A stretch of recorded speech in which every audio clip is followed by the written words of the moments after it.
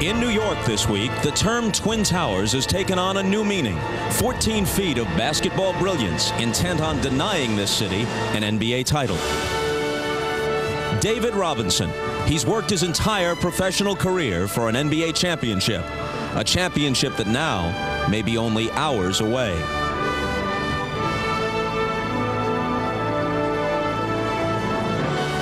Tim Duncan is in just his second NBA.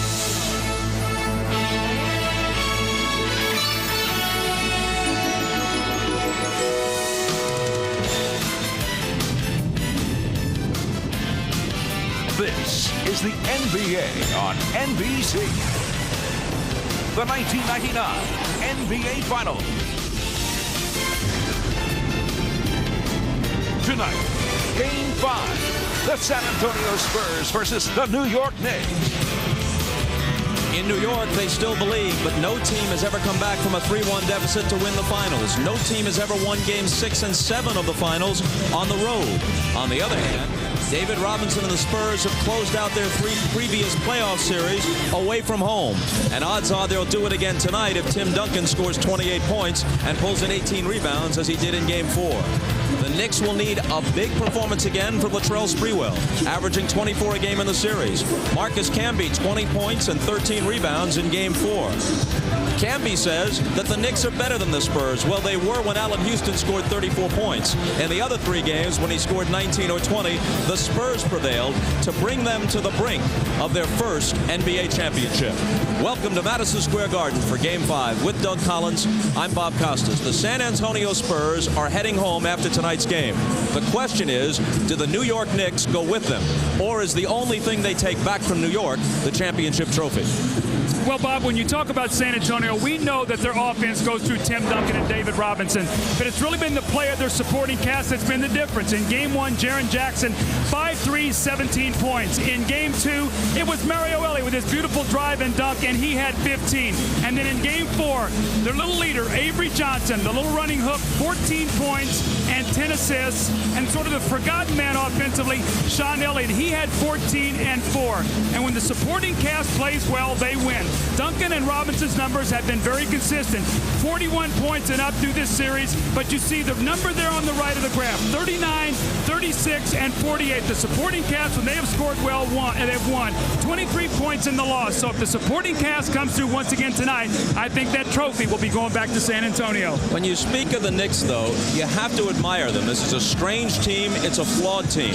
But to a man, the Spurs say, look, our opponent is undermanned. They're hurt. They're without Patrick Ewing. They're outsized. But they fight us to the final buzzer. And even if he's wrong, you got to like Marcus Camby, who says we're still better than they are, even after they've beaten them 3 out of 4. So if they go tonight, especially in their building, they won't go quietly. No, Bob, but what they're going to have to do, they're going to have to penetrate that Spurs defense. They got off to a slow start in the first quarter.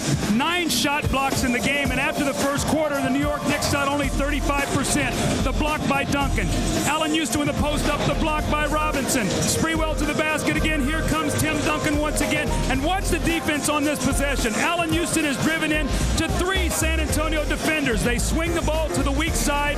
The great rotation, and he's going to be driven into 3 defenders here once again. Camby looks like he's got a shot. He passed it off to Larry Johnson, and the shot block.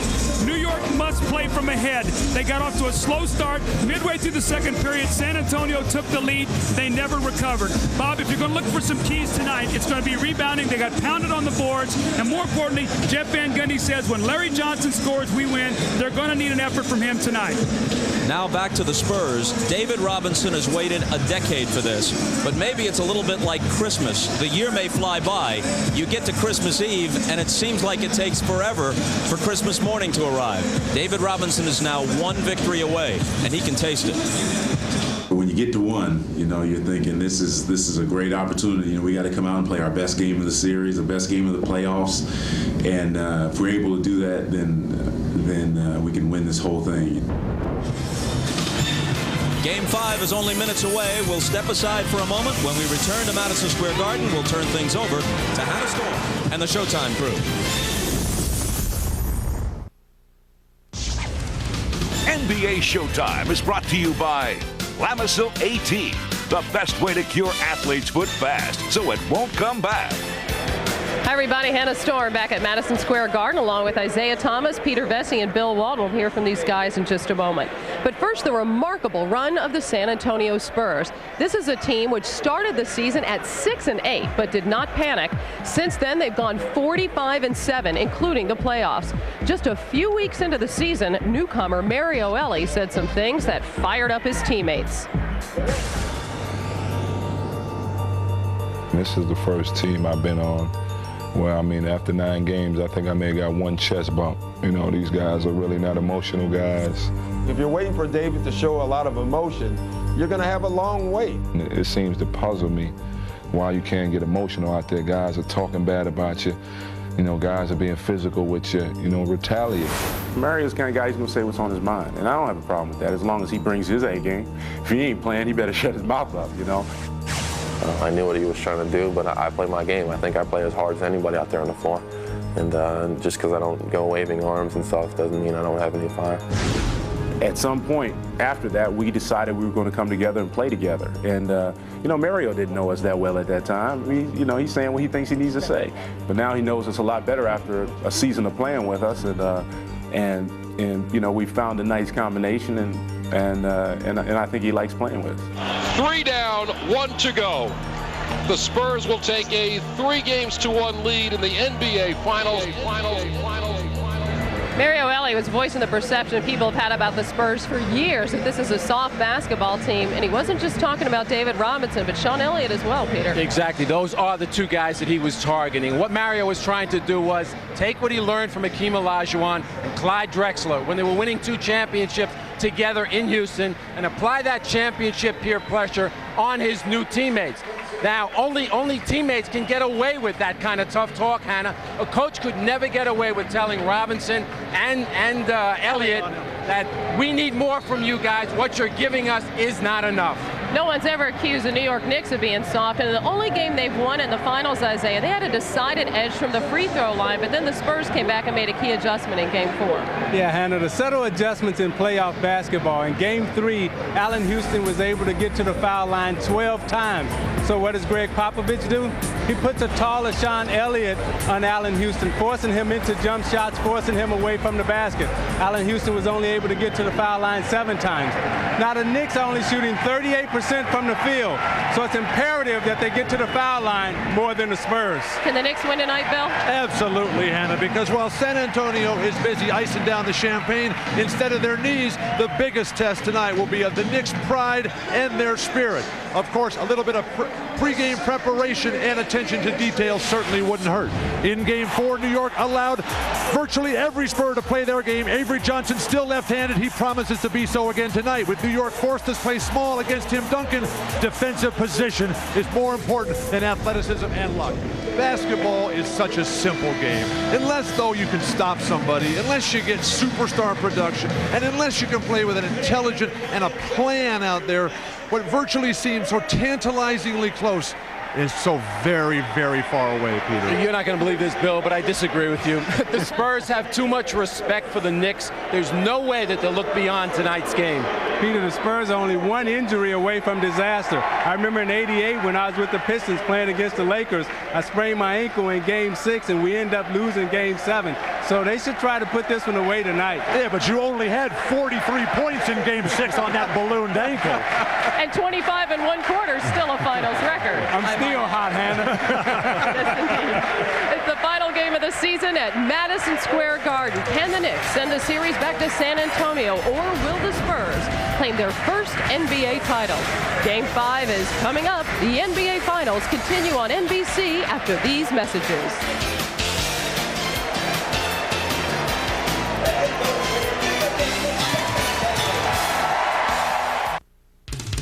The NBA on NBC is brought to you by Original Coors. There's only 1 mile-high taste. Coors, the original. By Adidas. Long live sport. And by Sprite. Image is nothing. Thirst is everything. Obey your thirst. Sprite.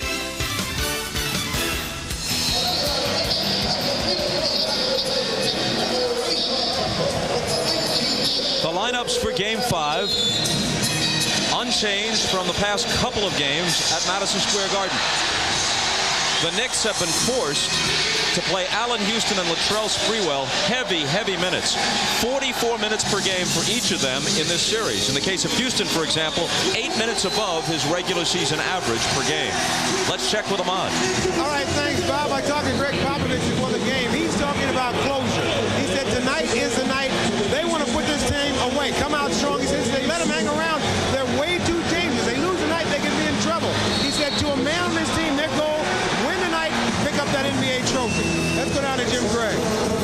All right, Ahmad, thank you very much. Well, that's exactly what is bothering the New York Knicks. About 3 hours before the game, a couple of the early arriving Knicks showed up to shoot around and warm up. Well, they weren't permitted out on the court because the NBA was practicing for the trophy presentation should the Spurs win. Now, Jeff Van Gundy came out, took it all in, was very pensive, said he found it very interesting. He said it served as a wake-up call to his team and that many of them were quite upset. I spoke to Allen Houston. He said it was very annoying, that many of his teammates are also very annoyed. But he went on to say, however, that there'll be no trophies being lifted here tonight at the Garden.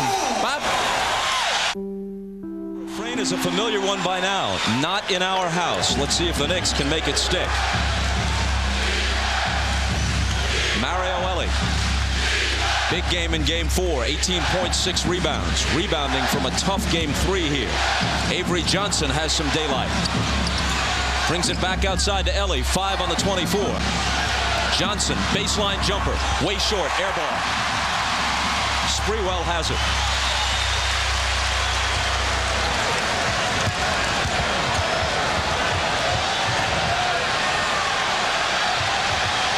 Allen Houston to Larry Johnson between two defenders who make him miss. Duncan with his first rebound. He snared 18 in game 4. Robinson, the move he likes best, across the lane, moving right to left. But the ball belongs to the Knicks. Bob, I think you could see in that first possession with New York, Jeff Van Gundy saying, we need Larry Johnson to score. They run the first play for him. But once again, Tim Duncan just too big for him inside. He couldn't finish. Sprewell. It spins out for him. Duncan another rebound. Sprewell has that move a bit like Michael Jordan, where he separates himself from the defender for the jumper.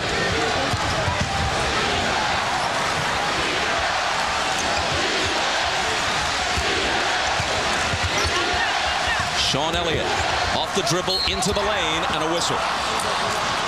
Remember now in game 4, San Antonio made a very conscious effort to get Elliott and Avery Johnson in the game early, and then Duncan and Robinson took over late. You see a little bit of that right now as we see Greg Popovich, but Bob, it was interesting. We went through the stats.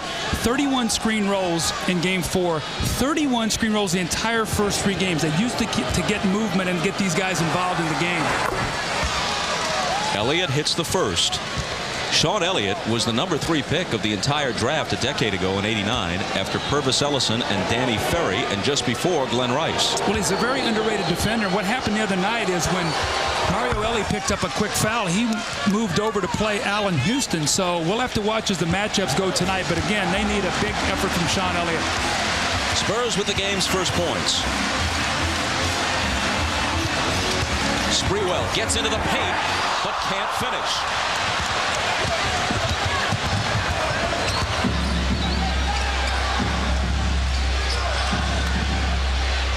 Duncan over Johnson. Doesn't get the bounce. Houston. Nice move. Started to drive, slammed on the brakes, hit the short pop. And that's a very difficult shot when you're driving like that, to be able to plant yourself and pull up. And he saw that shot blocker coming over. Made a nice effort there to get that little jumper. From 20 feet, Tim Duncan is perfect. Now, that doesn't happen by accident, Bob. I was out here watching them shoot around before the game, and he must have shot for about 20 minutes in that same spot. Sprewell around Elliott.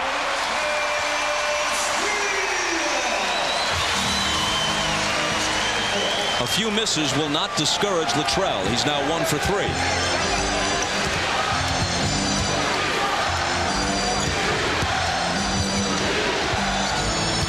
Duncan. Johnson with a touch foul, his first. Didn't take much for that whistle. when you roll out and hit this little jump shot, then the next time down the floor, what occurs is the defensive man has to close out. That's exactly what happened. Duncan hits it. The next time Larry Johnson comes out, puts his hand on him, and it's a foul. Elliott for three. Overshot it. Robinson has the rebound, but a loose ball foul on Mario Elie, his first. The officials are Bennett Salvatore, Steve Javy, and Joe Crawford. We'll have to watch now. Mario Elie, one of the real keys to the Game 3 win here for New York was he picked up 2 quick fouls guarding Allen Houston. He has one. Let's see if they go right to Houston here to try to get a second. Tied at 4.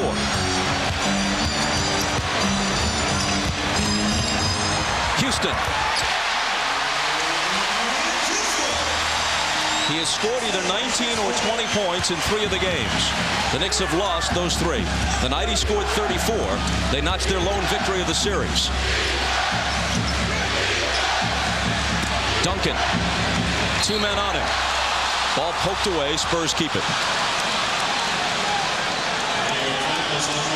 Actually, there's a foul on the play, and it's on Marcus Camby, who was in foul trouble in the first 3 games of the series, but not in Game 4 when he had his best outing, 20 points, 13 rebounds. Well, he stayed away from those kind of fouls the other night. Remember in Game 3, he picked them so quickly. Got to stay away from those touch fouls. Elie goes to the floor. There it is. That's a touch foul where he jumped out on that screen roll. And tripped him. And Mario Elie drove the ball into him. Now Camby's got 2. Now you're going to have to come in with Kurt Thomas. And this is how games are changed from the start. See, Camby takes a very poor angle to try to get out on that screen. And when he does, and foul trouble, Bob, you can see in Games 1, points and fouls. And then finally in Game 4, he broke out, stayed out of foul trouble. Now he has to sit down. He played 3.5 minutes. Entering this game, the Spurs have taken 116 free throws in the series. The Knicks, 89. Duncan.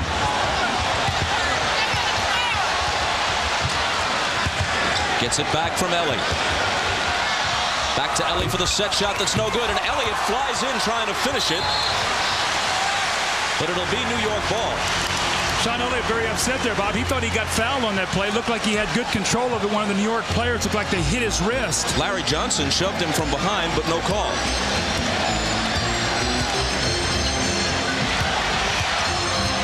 Knicks lead it 6-4. Charlie Ward misses the 3.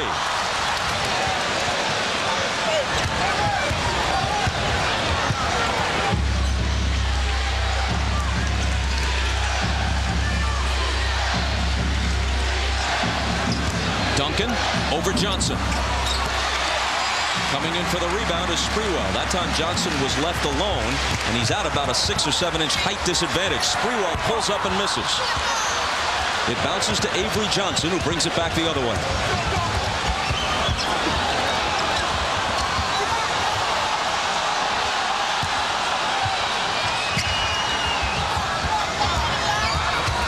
Elie to David Robinson, follows his own shot, hits it, plus the foul. Meanwhile, Charlie Ward's on the deck. He and the fans wanted the charge. It went just the other way. Robinson got the basket, plus the foul on top of it against Kurt Thomas, his first. Well, let's see if Charlie Ward's feet are in that no block area. It looks like his foot might be in that little dotted line area. If it is, it has to be either a no call or a block. And actually, David Robinson with a foul. More importantly, Bob, that's already 5 fouls now for New York. So San Antonio will shoot free throws the rest of the quarter. And you talked already about how important that free throw line has been in this series. The Spurs have made just 2 of their first 9 shots, but lead 7-6. Sprewell. Tough luck on the shot. Now he has it back. Houston for 3.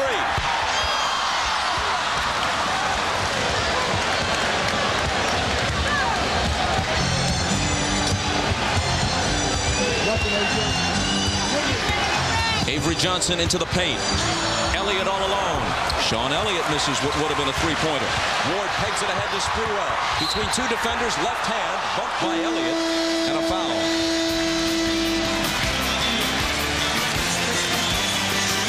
We'll be back after this. Well, you can see what New York is trying to do. They're trying to get Sprewell and Houston involved in this game early. You can see they've already taken 8 of the 10 field goal attempts. Allen Houston has really done well with this in this series, that little pull-up jump shot. Sprewell, with that electric quickness of his, gets to the basket. And then once again, that low post position, and Allen Houston turning and shooting before the double team can get to him. Now, why is it important to get these guys going at the same time? Because, Bob, when these two guys score over 20 points, they're 8-1 when they score them together. The only loss of the night was Game 4. So the scoring of these guys is vital, but I still believe that Camby and Larry Johnson have to contribute if they're going to win this game. Sprewell is at the line after being fouled by Elliott, Sean's first. Sprewell's 1 for 5 from the floor. Now he hits the free throw. Game 4 was a typical game for him in this series. Made 9 of 22. That's basically what he's done. 9 of 22, 10 of 24. But he's averaging 26 points. Except for Game 1, he's gotten to the foul line a lot. Well, when you talk to Greg Popovich, the one thing he says is we want to keep Allen Houston and Sprewell off the free throw line, so if they shoot a lower percentage, they won't get their numbers. And when they've scored well, Bob, as you said, they've gotten to that line.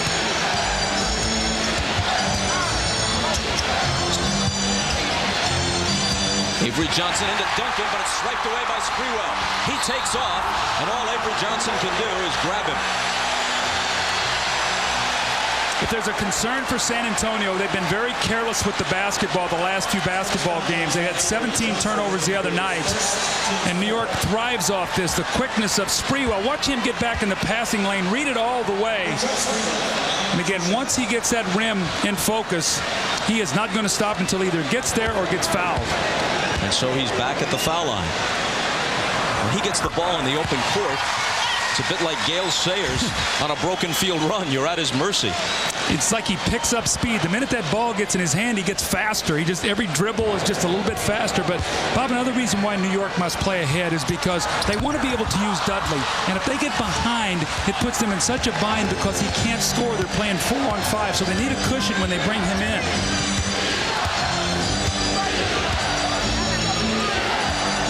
Here's the Admiral spinning on Thomas and missing the reverse.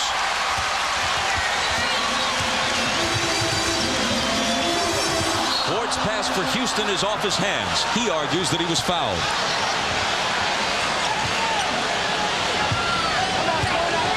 The Spurs, meanwhile, shooting at a glacial clip, 2 for 11, but trailing by only a basket.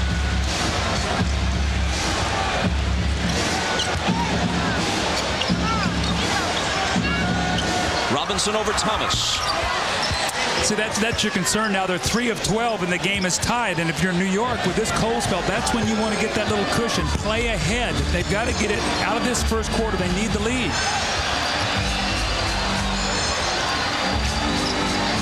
Larry Johnson with Duncan on him. Surrounded by Spurs, goes to the hook and gets the roll. Well, he needed that kind roll, but once again, the degree of difficulty on those shots for Larry Johnson, he's been so cold from the three-point line, 2 of 15, that he wants to continue to drive it, and he's shooting over those 2 7-footers on every occasion. Part of the reason why he's shooting 28% in the series.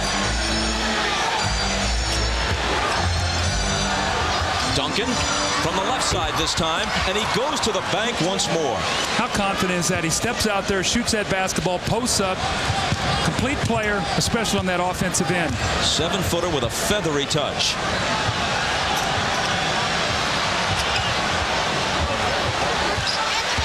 Johnson again to the left hand, and again with the 2 points. And Tim Duncan's upset at himself now. Bob, this is a first-team all-league defender, and he knows one of the keys is to keep Larry Johnson down point-wise. He does not want to let him get off here tonight. Clock ticking down toward 4 minutes. Knicks by 2.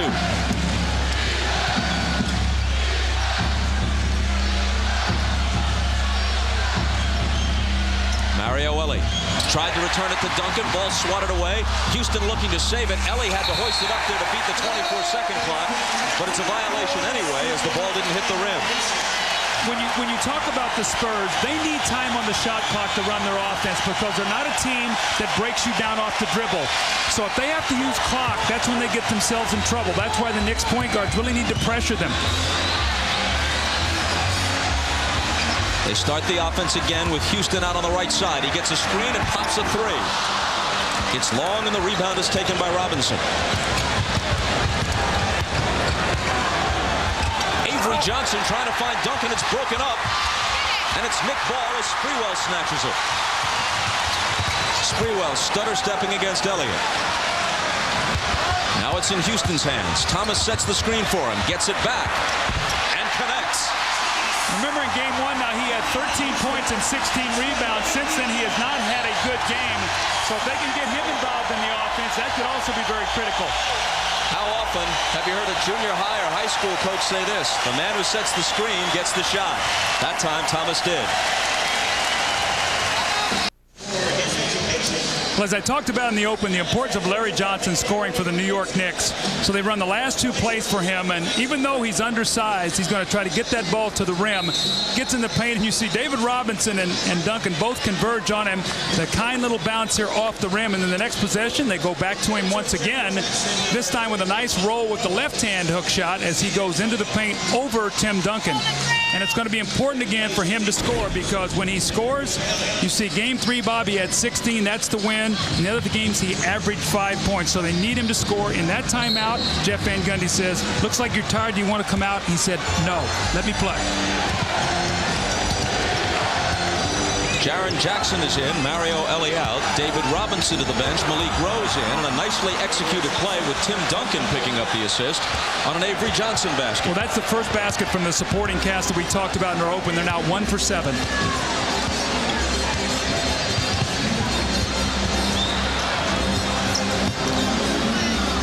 Allen Houston with the jumper. Good again. Now, if you run a clinic, you take that right there and you show it to young people. The pivot. Allen did everything with the pivot that time. The ball never touched the floor, created space, and shot the jump shot.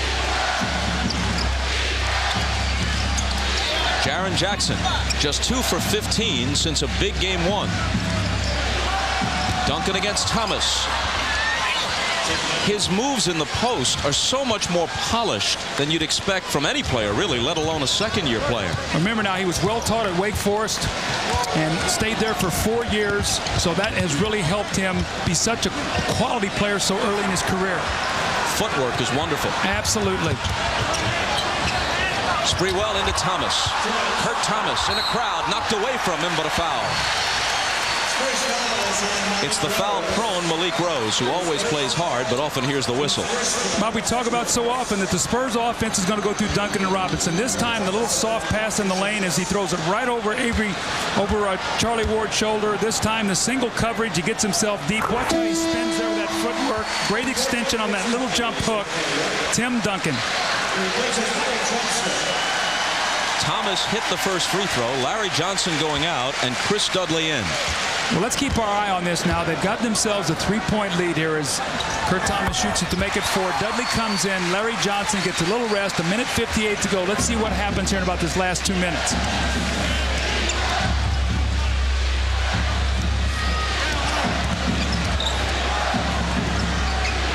Duncan, Dudley on him.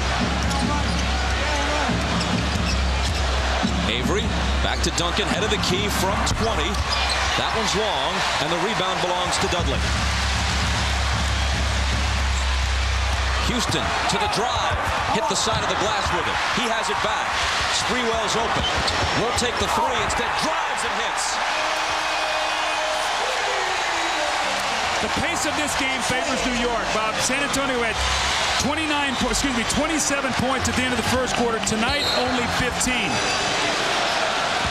Joe Crawford says hold on as the Knicks have established their biggest lead at 6. Chris Dudley hit with his first foul.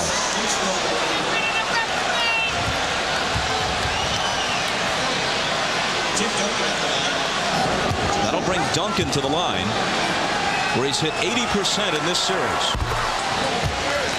And you can log on to MSNBCSports.com and check out a comprehensive finals section called NBA Showtime online. Isaiah Thomas and Bill Walton are there. MSNBCSports.com, the official website of NBC Sports. Bob, on that last possession on the offensive rebound, they kicked the ball out to Sprewell. You're saying, I want to close out on this guy, make him shoot a 3. You think you've closed out well, and he just blows by you and gets to the basket. Just a little crack of daylight's all he needs.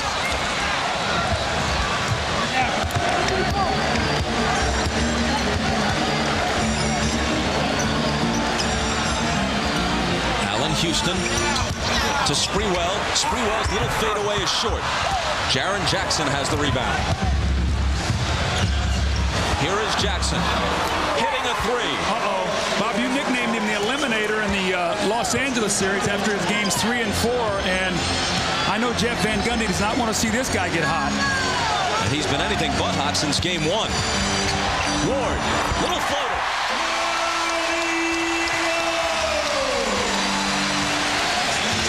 He had 10 points in the first quarter of game 4. That's his first basket of game 5. Last half minute. Duncan over Dudley. Can't hit the bank. Houston's got it. Game clock and shot clock virtually identical. Now they love to isolate up at the top, allow Allen Houston to go one-on-one. If anybody helps, they'll penetrate for the jump shot, but Houston's going to try to get his own score here. Everybody up at the Garden. 5 seconds. Houston off the dribble, leans in, beats the buzzer, but doesn't get the bounce. Now, Allen Houston is very, very upset. He felt like he got fouled. The referee ruled that he broke the plane of verticality and jumped in and created the contact. That's why there was no whistle there. I love it when you refer to the plane of verticality. Knicks 23, Spurs 20 after 12 minutes. You're watching the NBA Finals on NBC.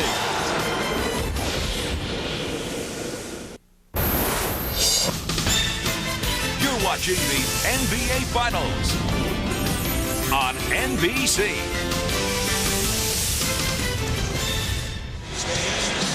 All right, Bob, we'll show you why there was no foul call here on Sean Elliott. Now, watch this line here. Now, who breaks this plane right here of verticality?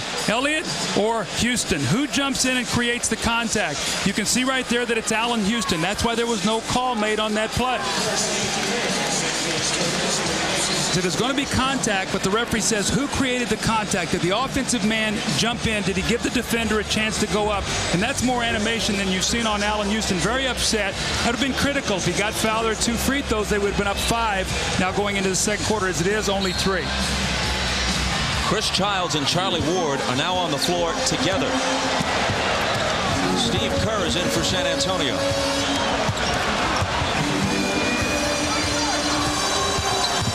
Ward to Thomas, and now Childs. Behind Thomas's screen. Childs is now 4 for 19 in the series. Well, they need Childs because Charlie Ward wore down the other night with too many minutes. After the great first half, he was 0 for 5 in the second. They need Childs. Childs played only 7 minutes on the bum knee in game 4. Duncan. Close to unstoppable. You can maybe make him take a more difficult shot, but you can almost never stop him from getting it off. Now watch this team right now for New York. They have 2 guys out there, Ward and Dudley, that they're not going to guard, so they're playing about 3-on-5 round. Actually, Childs too, so a very poor offensive team right now for the Knicks. Kurt Thomas.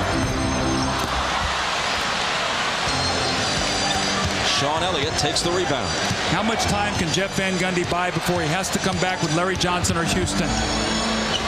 Here's Steve Kerr. Ward up on him.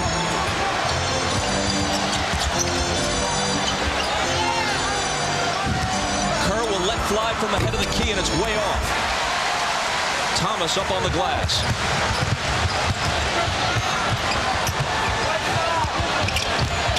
Sprewell, baseline drive. He was fouled. It could have been a 3-point play. As it is, he'll shoot 2.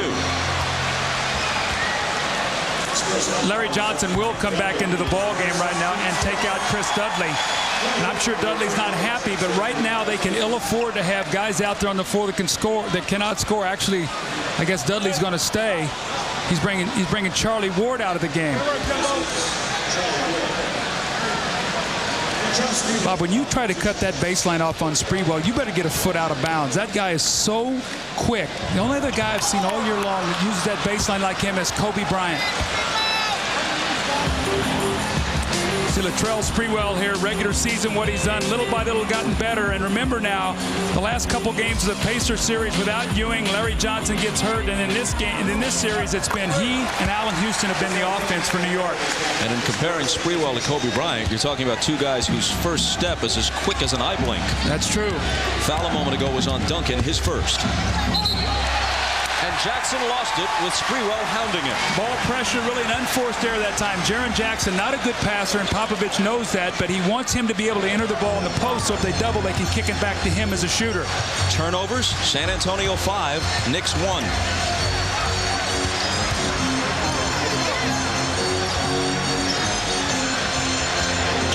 Larry Johnson working on Duncan, fade away. Made him take a very tough shot, and he couldn't hit it.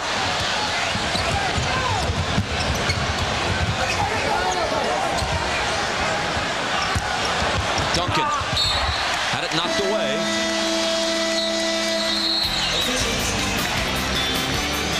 And we'll sort out the foul when we come back. The NBA on NBC is brought to you by Gatorade Thirst Quencher, helping you play longer and stronger when it counts the most. Gatorade, is it in you? By Genuine Chevrolet, the cars more Americans trust. And by the irresistible taste that makes you say, did somebody say McDonald's?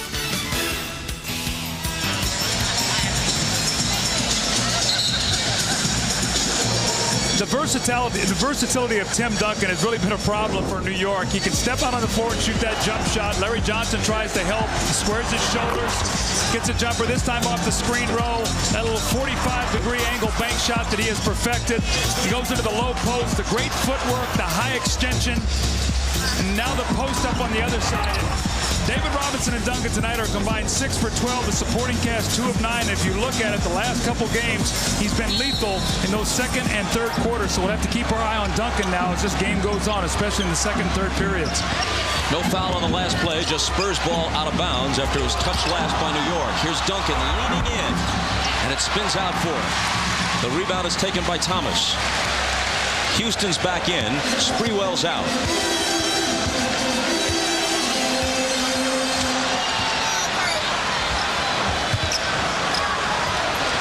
Thomas against Malik Rose. Hits over him. So that's what they're going to do, Bob. Anytime that they take out either Duncan or Robinson, they're going to try to post that man up. And Malik Rose does not have the size to play against Kurt Thomas. Mario Ellie, as he starts his drive, there's a foul on the play. It's on Larry Johnson, his second. Duncan out, Robinson in. Consider the frustration of Larry Johnson. He's got to try to guard one of the Twin Towers more often than not, and then one of them is usually guarding him. But if Patrick Ewing were available, that wouldn't be the case. No question, it would change the matchups entirely. He would then match up against probably Sean Elliott. Malik Rose with a jump hook, gets the back iron with it. It'll be New York ball.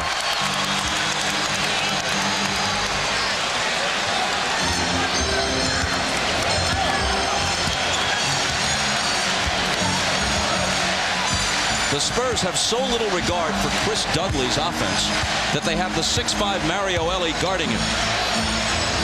So they go to Dudley. Up top, Johnson for 3.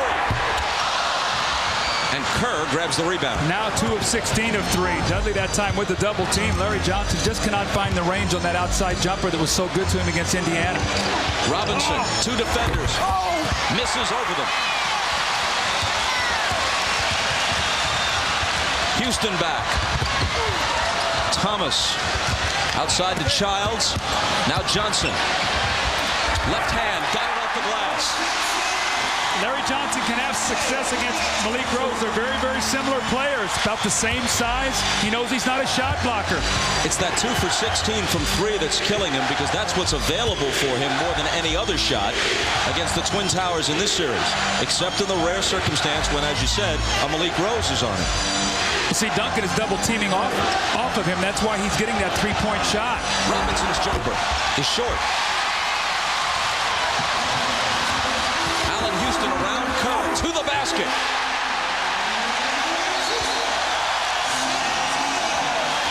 The Knicks open up an 8-point lead. They're on a 7-0 run, and the Spurs stop the clock.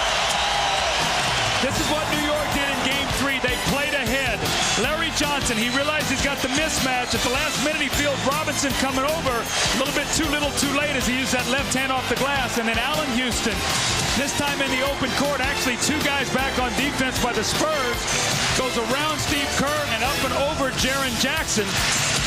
And Sprewell loves it, as do the rest of the Knicks. They lead by 8. And you're watching the NBA on NBC.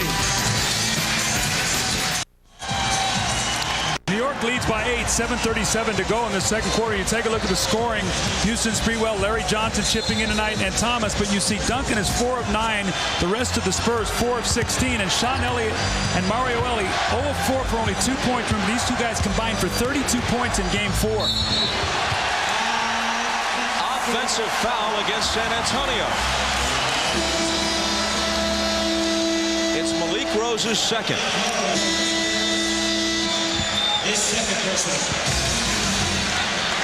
Duncan gets a little bit of a rest, and Greg Popovich says we do not want to dig ourselves a hole, so he comes right back. But remember, here's a guy who played 47 minutes in a couple playoff games, so he's used to going the entire way. Robinson's the guy they got to keep their eye on and get him the ample rest.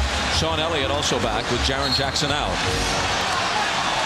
And this time the call goes the other way. Offensive foul on the Knicks. It's Chris Childs, and it's his first.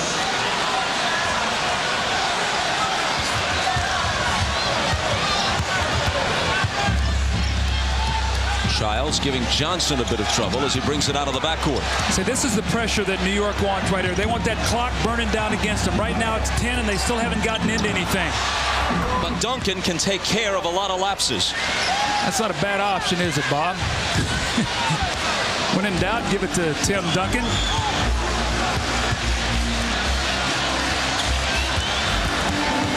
Houston. Tough luck on the shot.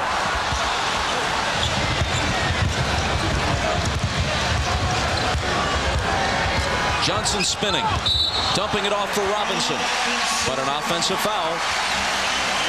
One thing New York has done very well tonight, they've kept Avery Johnson out of the lane. Remember all the havoc that he wreaked in Game 4, Bobby. He had 14 points, more importantly, 10 assists. When he got in there, it opened up the offensive boards. Tonight, that is not happening. And one thing that New York has got to stay away from, those scoring droughts that gets themselves in trouble. Houston. When in doubt, go to Allen Houston. He's got 10. He's really getting so good in that low post area, something he's added to his game.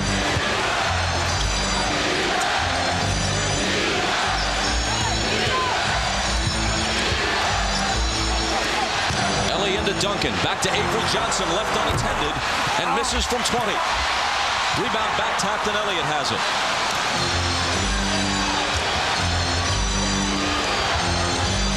Duncan slings it cross court to Elliott. Touch pass inside to Robinson against Dudley. Shot hook. Good. That was good defense. That was just better offense by David Robinson. Dudley was right there.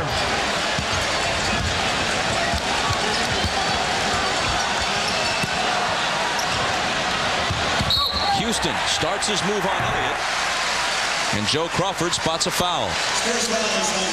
Very good ball movement this time by San Antonio. The ball went side to side, and then it goes inside to David Robinson. They're not going to double team him. Dudley's got him straight up. He wheels in there with that left hand and really just gets the kind roll. But Dudley can force him to take those kind of shots. They'll be okay.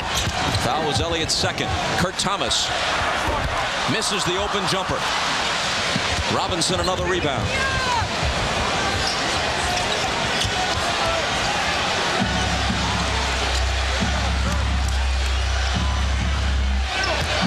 Duncan with Thomas on him.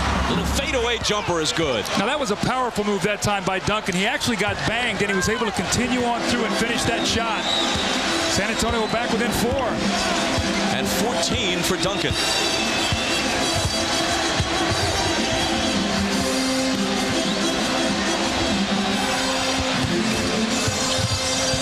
Chris Childs catch and shoot. All created out of the double team on Allen Houston. Duncan's going back to double the post. San Antonio does not like to do that. It gets him too spread out on the floor. Robinson battling with Thomas. Hold on, says Steve Javie. That'll be number 2 on Thomas. Let's check with Jim Gray. All right, thanks, Bob. As Marcus Camby comes back out on the court, Jeff Van Gundy walked over to him as he was waiting to come back in. He said, play aggressive. None of these little touch fouls. If you're going to create contact, make sure it's a good foul. Let's not pick up your third on anything cheap. Bob? Sprewell back in for New York as well. Thanks, Jim.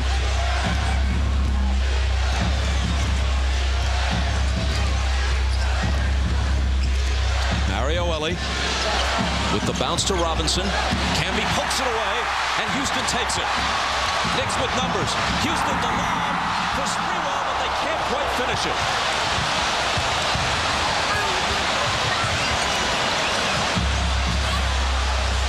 Robinson got inside, and all Houston could do was grab him. This place would have really gone crazy had this play gone through. Allen Houston, a great pass, and Sprewell just a little bit out of his reach where he couldn't quite get a handle on it and finish it. That would have given him an 8-point lead, but what happens now? Spurs run right back and post Robinson. Allen Houston has to take the foul. Mario Ellie on the move. Left hand. He was fouled. Question is it Camby? That will be his third. Let's see who they call this on. It's on Houston. His second. 2 quick ones, though, in the last 10 seconds or so on Allen. Tomorrow on NBA Inside Stuff, Ahmad Rashad sits down with the Spurs' Tim Duncan. Let's throw it over to Ahmad and find out more. Well, Bob, I found out that Tim Duncan is a very, very funny guy. Doesn't look like when he's playing basketball, he's so serious, but off the court has a lot of fun. Also has a pretty good bank shot I found out about. So you can find out a lot more if you watch Inside Stuff tomorrow. Bob? Ahmad thanks. Mario Ellie hits them both. And the Spurs are back to within 4.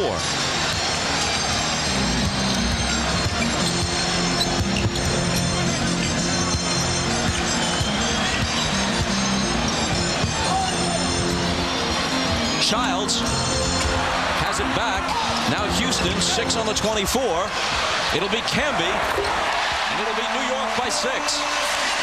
Allen Houston is just creating shots for everybody. Out of the double team, out of the penetrating drives, he gets his own. Bennett Salvatore waves it off. He traveled.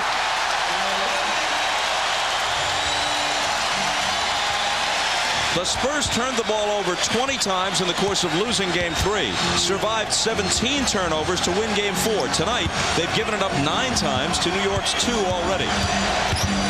Sprewell, tough shot with a hand in his face, and it won't go. Robinson outlets to Avery Johnson.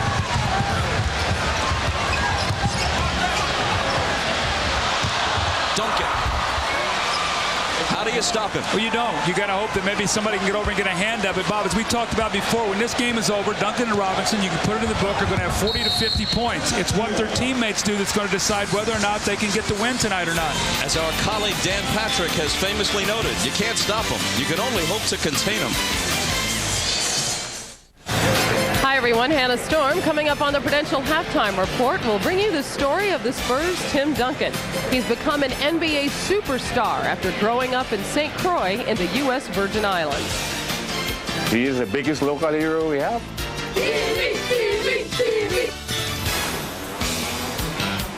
Above all, Tim Duncan wants his team to do well. He wants his team to win. I have a lot of work to do, but it really doesn't matter what people think. I think you got to go out there and prove it every night. A terrific look at Tim Duncan coming up at halftime. Let's go back to Bob and Doug at courtside. Thanks, Hannah. Let's look at what the Twin Towers have done through the series and to this point in Game 5. Well, Bob, I talked to you. I said before this timeout they were going to get 40 to 50 points. You've seen that, anywhere from 22 to 35 rebounds, and they're on pace to do that once again tonight. 23 points and 13 rebounds between them in this game. They combined for the monster 35 rebounds, 18 for Duncan and 17 for Robinson in Game 4. And between them they have 13, 7 for the Admirals, 6 for Duncan in Game 5. For Johnson, Knicks lose it. 2.5 minutes remaining in the first half.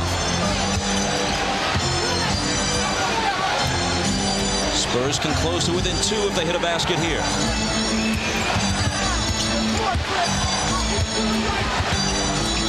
Robinson returns it to Johnson. Now here's Elliott.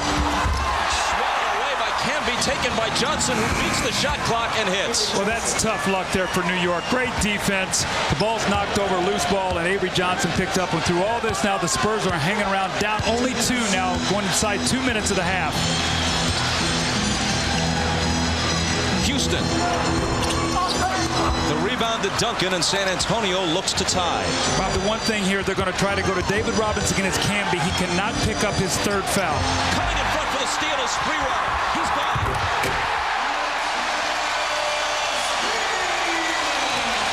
Boy, will he play those passing lanes. Oh, Bob, how fast he closes the distance between that pass. You try to make that pass over 20 feet, he's going to shoot the gap and get the score. And Avery Johnson wisely didn't even try to catch up to foul him. He just let him go. Now it's Sprewell again, but this time he got a piece of Robinson for the foul. See what's happened? He's not playing Sean Elliott. That's why Elliott has to be aggressive on defense. He's just playing the passing lanes, running off Sean Elliott. That time he steps in front of him. But Bob, on this last play, as you see with this great finish, on the last play, Sean Elliott is in the corner. He's all the way down in the corner. He's just not even playing Sean Elliott. He's just playing the passing lane. And they call the foul on Sprewell, and Robinson will go to the line. But remember we talked about before Game 4 how Sean Elliott has to be aggressive. Sprewell has got to burn some energy on the defensive end, and right now he's just playing free safety. The foul was Spree's first. Robinson hit the first, but not the second. So New York's lead is 3.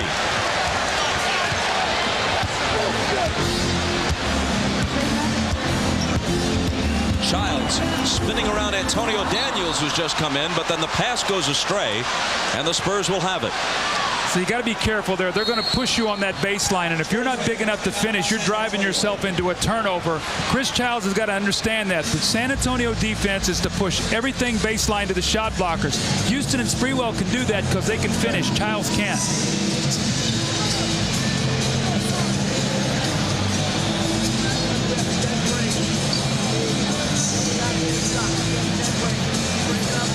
Well, it was important we said the open of the game, the supporting cast of the San Antonio Spurs, when they're good, they win. And you see tonight it has not been the case. Avery Johnson misses the little jump shot. Sean Elliott tries to follow and he misses it. Sean Elliott once again with the jump shot that's offline. This time it's Steve Kerr with a little floater in the lane. And the difference in this game right now and in Game 4 is that Duncan and Robinson once again are putting their points up.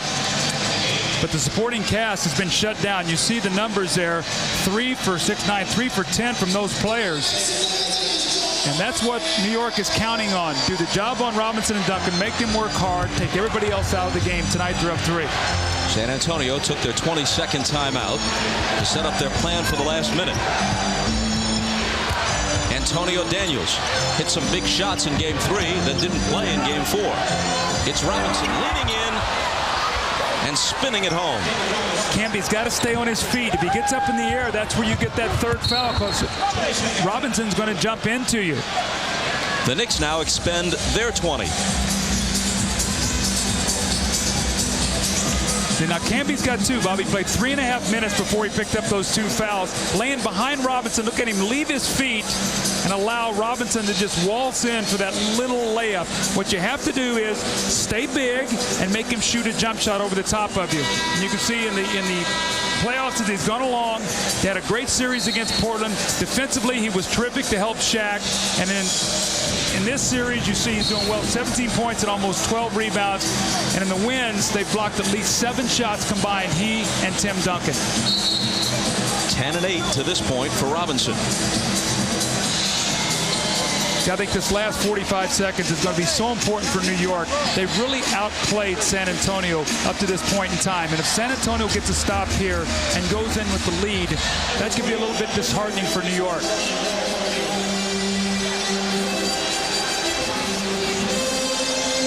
Dudley, Sprewell, Houston, Camby, and Childs for New York. Duncan, Robinson, Elliott, Jaren Jackson, and Antonio Daniels for San Antonio.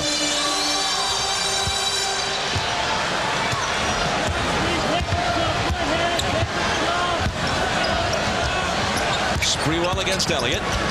His pass knocked away by Robinson. Still Nick ball. 10 on the shot clock. 34.2 on the game clock. Watch Sprewell sneaking down the lane here. He looks for that little quick pass. Instead it goes into Houston. He pulls up and fires. The rebound is grabbed by Antonio Daniels.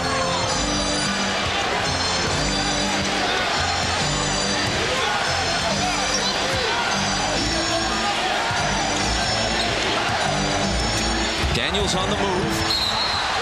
Contact. Ball not free. Childs almost stole it. San Antonio has it. 9 seconds to shoot. If I'm Jeff Van Gundy, I get Camby out of it right now so he does not pick up his third foul.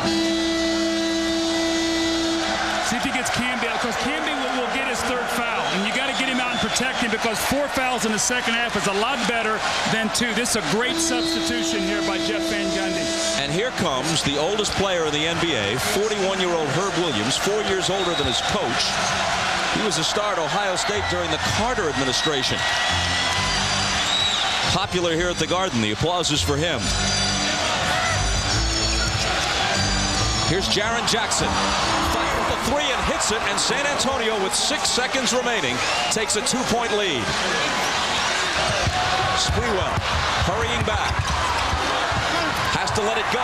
Someone got a piece of it, and that's the way the first half ends, with the Knicks, who led by as many as 8, now trailing by 2. And Jaren Jackson has hit a couple of big shots in this first half for San Antonio after being ice cold, just 2 of 15 since game 1.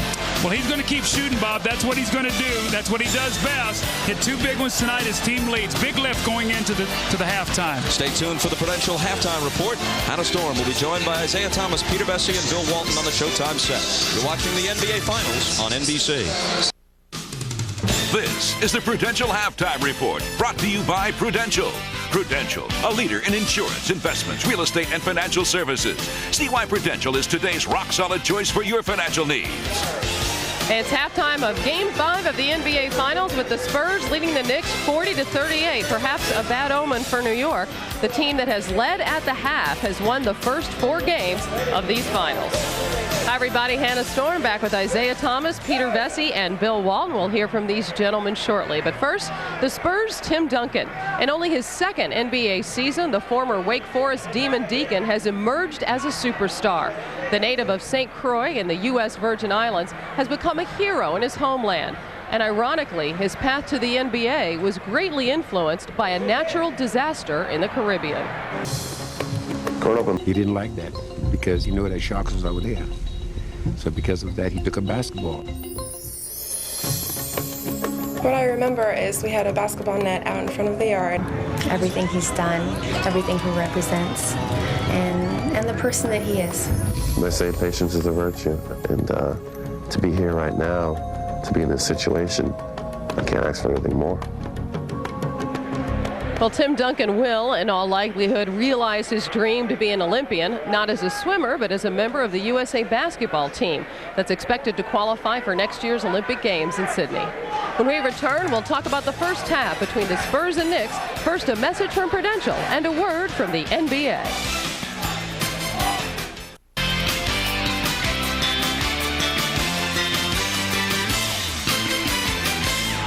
At halftime of Game 5, and Tim Duncan is that rare big man who is a coach on the floor.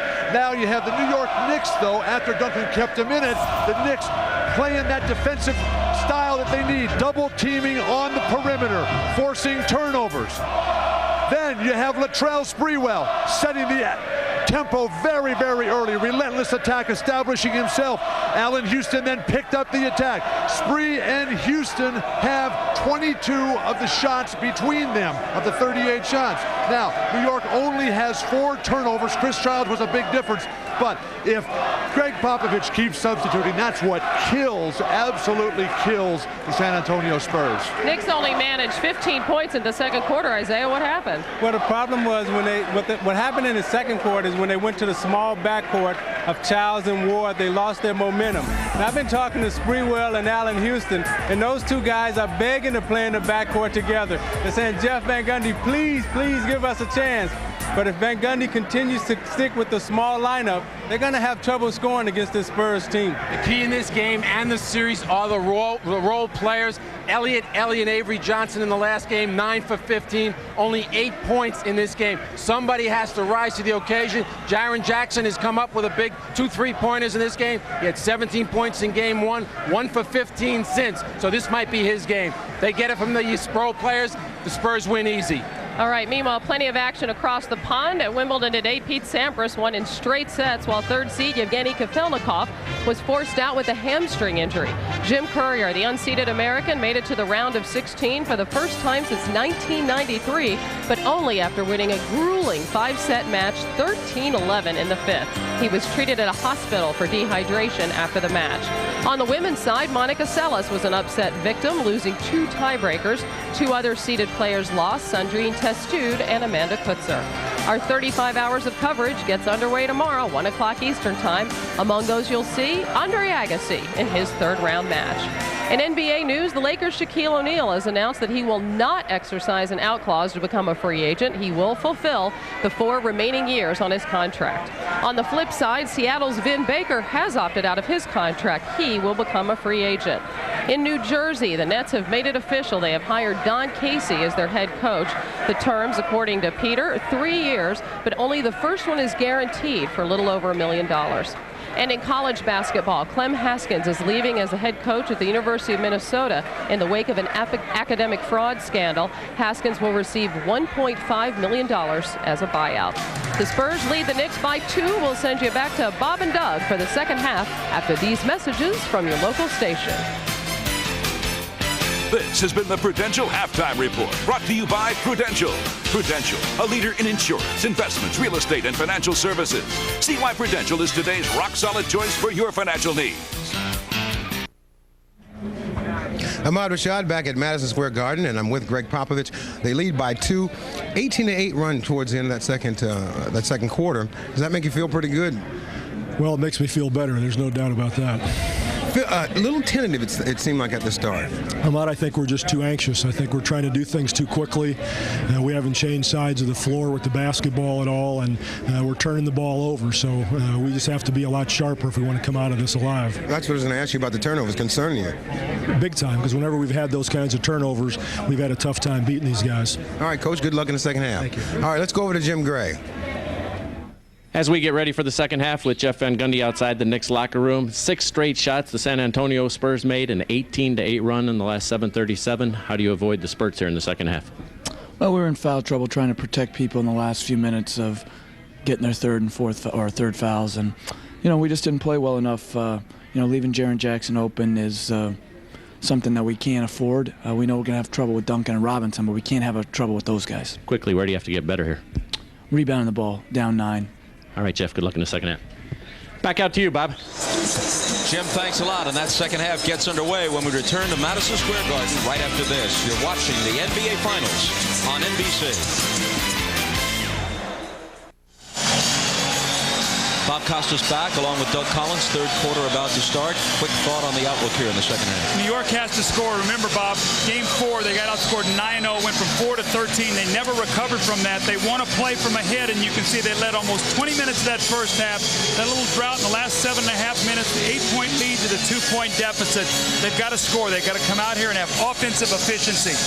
In addition to the Jaren Jackson 3 with 6 seconds to go in the half that you heard Jeff Van Gundy lamenting, another big play came late in the half with the shot clock winding down.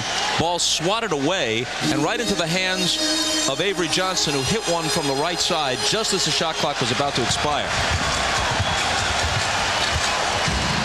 Nick Ball trailing by a basket.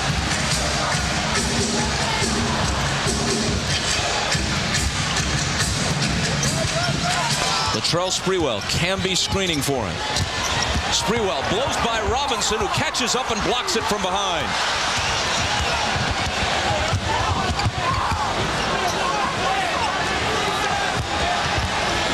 Elliott from Duncan returns it to him. His turnaround. Larry Johnson got a piece of that.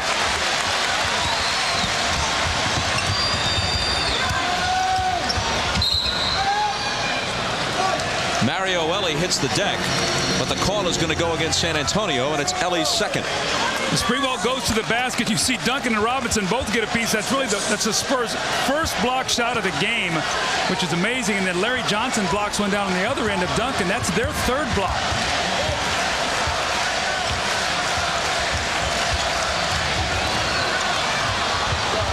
And New York turns it over.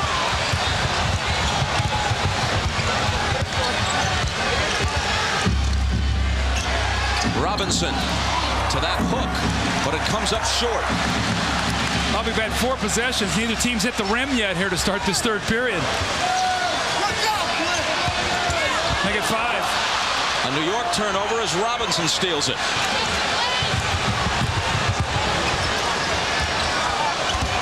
Duncan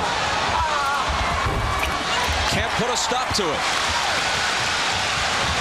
Houston, crossover. Deals it out to Sprewell, and there's a whistle before Spree's shot. It's foul number 3 on Sean Elliott as the second half starts in ragged fashion. Well, see, if you're in New York, the one thing you don't want to do is burn up a lot of energy here and get nothing accomplished. You've got to be able to put some points on the board. Jaren Jackson now is going to step in for Sean Elliott. Remember now, here's a guy who hit 2 for 2 from the three-point line at 6 points off the bench. Ellie and Elliott combined for nothing.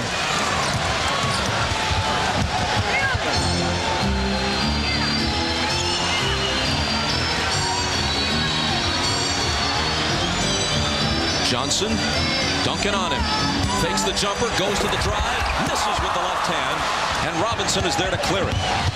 Avery Johnson bounces to the driving Jaren Jackson, and San Antonio has the first points of the half. How often have we seen that? Ellie and Elliott 0 for 5 in the first half. They do 4 for 4 from the free throw line. Now Jaren Jackson with 8 points. It's like timely shooting by somebody all playoffs. Charlie Ward into the lane. Running one-hander, spins out. Duncan rebounds, outlets to Avery Johnson. Cut off by Allen Houston.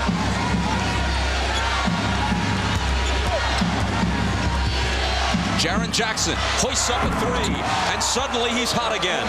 Here's the same start that we saw in the third quarter. Now, the game has gone from 2 to 7, and Jeff Van Gundy's got to be very, very upset. Their offensive efficiency has been awful, but more importantly, Jaren Jackson, they've not gotten back to him. You see the animation there on Jeff Van Gundy, very upset.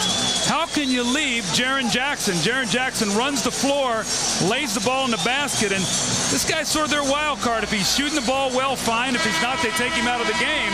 And here it is once again, Bob, the kick out. Allen Houston way too far away from him, in no position to help, and he buries a 3. So 5 quick points here from Jaren Jackson. In fact, their last 8 dating back to the end of the second quarter for the eliminator. So that's right. And you see their 23-8 run. And remember, we talked about the droughts of New York. They just don't have enough firepower to fight through these periods of time.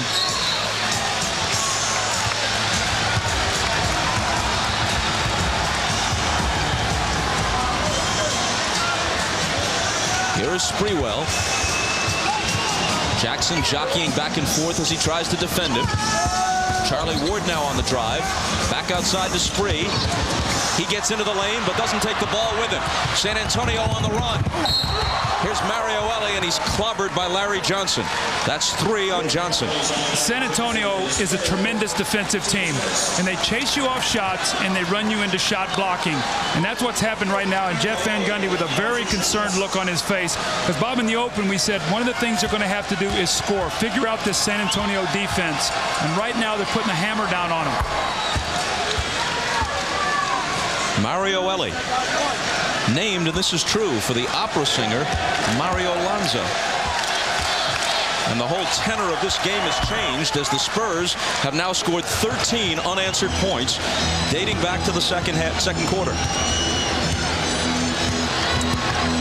Now a 9-0 run, identical to game 4. So bad start here by New York. Johnson. The block will be on San Antonio. Stopping the clock with 8:50 to play in the third, and the Knicks still scoreless in this period. David Robinson with his first foul.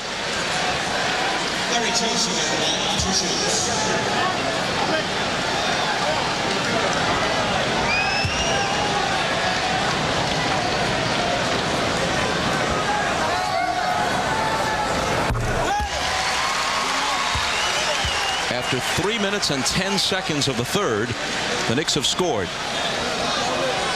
Well, Bob, I'm looking here at Jaren Jackson. I'm thinking, this is a great guy you want to have on your team. When you've played for 8 teams in the league and been kicked around, missing a few jump shots is not going to keep you from shooting the basketball. And tonight, he's sort of been the difference in this game right now as they've taken the lead. And here's Charlie Ward sneaking in and poking it away from Duncan. So the Knicks have it back. Houston hosts the three and misses it. Duncan out to Avery Johnson. Jaren Jackson. Ellie and Robinson playing a two-man game. The Admiral with the hook. And Ward with the rebound. Here's Houston to the hoop for the first field goal for the Knicks. See, New York will be able to score if they can stop them and run. But remember, they made their last 6 shots of the first half. When you're taking the ball out of the basket, you can't run. The defense is back.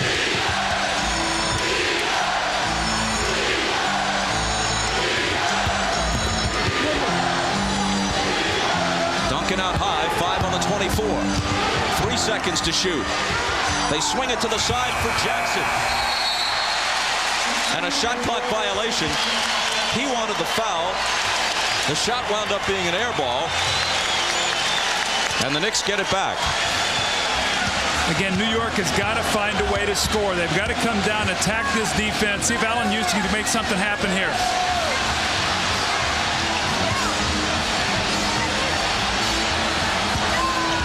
Larry Johnson out to Sprewell.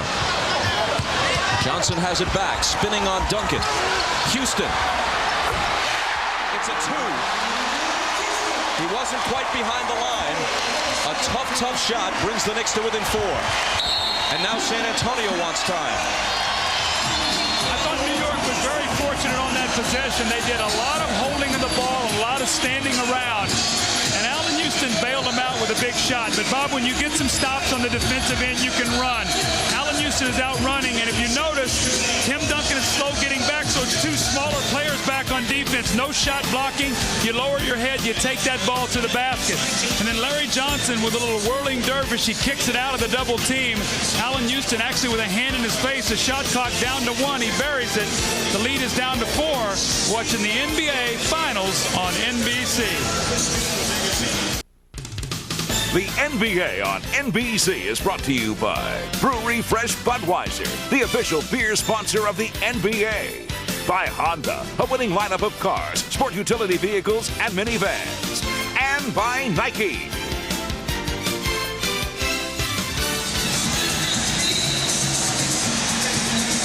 GE Building. Doug, I believe you left the lights on in your office.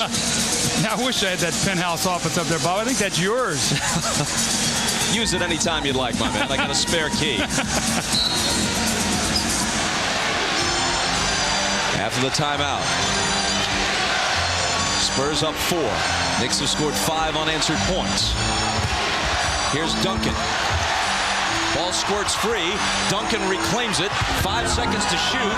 Avery Johnson leans in, but can't hit. Sneaking in for the steal, though, is Mario Ellie. Jackson feeling it. Misses the 3 this time. Sprewell with the rebound. Charlie Ward looking for Houston, who's been hot. Stepped out of bounds. He was on the sideline before the shot. Wow, we got to remember that. That would have made it a 1-point game. Allen Houston, watch his back foot now as he tries to gather himself. This is what happens a lot of times on that sideline. You step out, that would have made it a 1-point game. Keep our eye on this little swing here.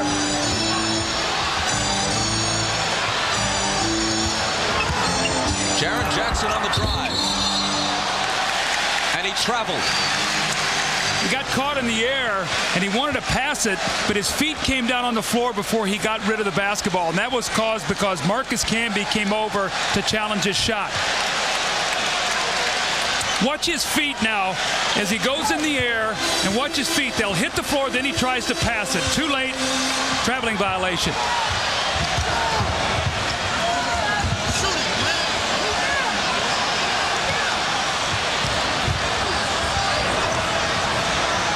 Johnson to Camby.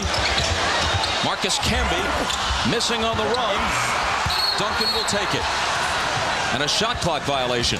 See, this is one of the rules I'd like to see change. Duncan had possession of that ball. I would like to see him just play on. Rather than be a 24-second violation. The Spurs have it. Just keep playing. No need to stop it there. Ball didn't draw iron, Absolutely. So technically a 24-second violation.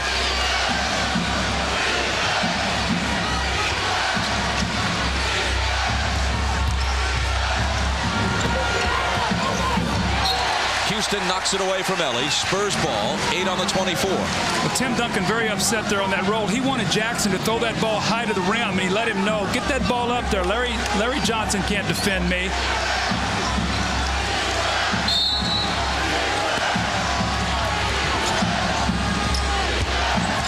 Jaren Jackson out to Avery Johnson. 3 seconds to shoot. Avery has it stripped away by Charlie Ward. Here come the Knicks. Sprewell.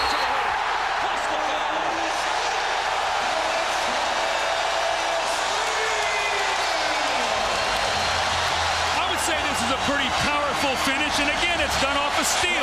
That's 5 turnovers now for Avery Johnson in the ball game, and Latrell Sprewell just ignites this crowd. He takes off the powerful finish. See, those big guys aren't back on defense, Bob. When you can get out and run like that, you keep those shot blockers out of the game. New York needs more of that. 3-point play, 1-point game. Foul was on Jaren Jackson, his first.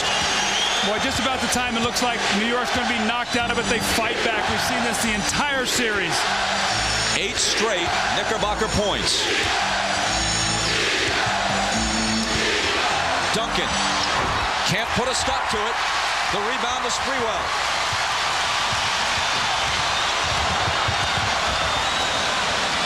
Weaving his way through a whole pack of Spurs and finally giving it up to Ward, but not for long.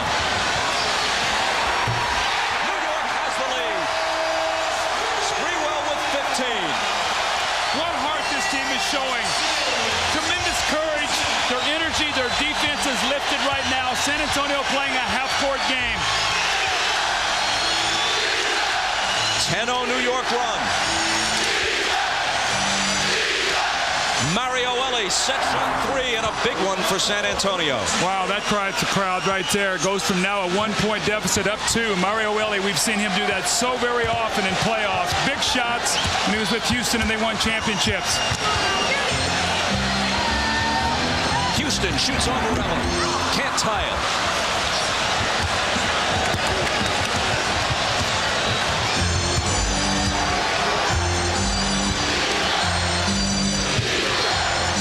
Robinson got good position but couldn't score.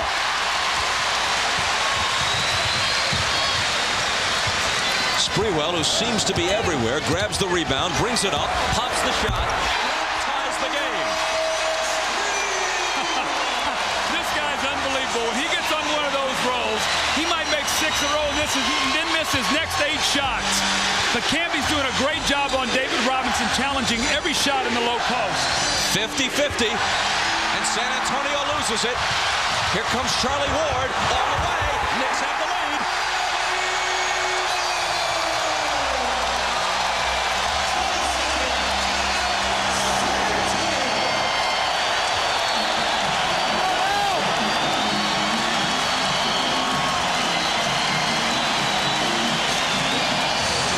New York wants to run, but to do it, they have to defend. Charlie Ward gets a great steal, throws it ahead, and Sprewell, this was the 3-point play. Look at the eyes as he goes to the basket. Then Latrell Sprewell once again on that baseline. He's everywhere right now. Larry Johnson finds him. Who's guarding this man? You've got to get close to him. And once again, Latrell Sprewell comes off the screen and roll. The big man slow getting there, and Latrell Sprewell pulling up and knocking the shot down. But the defense has been able to trigger this entire thing. And then Charlie Ward finishes it off with a terrific run here that's given New York a 2-point lead. Ward with a layup. The lane parts. San Antonio has to call timeout. The Knicks are surging. Mario Ellie looked like he got caught between. He didn't know whether to go to Ward or stay with his own man Houston, who was on the wing. Well, you know what I do in that situation? I make Ward score because you don't want to let Houston get a layup, Bob. So you go to a guy who's not a threat offensively. You try to keep Allen Houston as quiet as possible.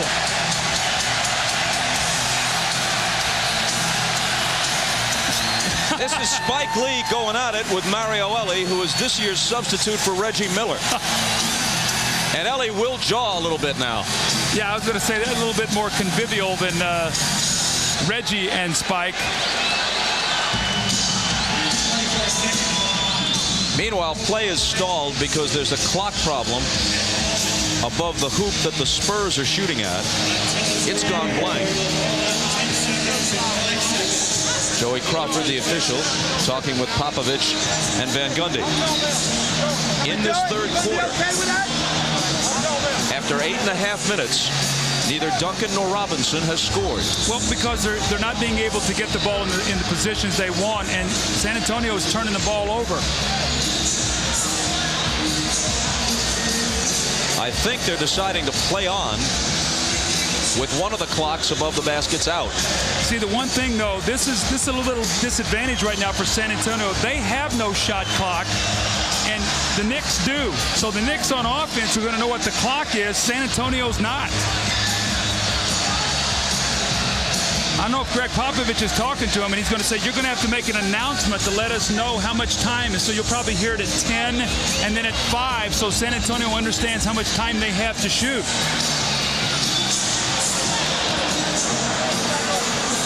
See how reliable the Knicks personnel yeah, would you like to depend on them along center court is? In an elimination game? Yeah, okay. Is there any other place besides the 24?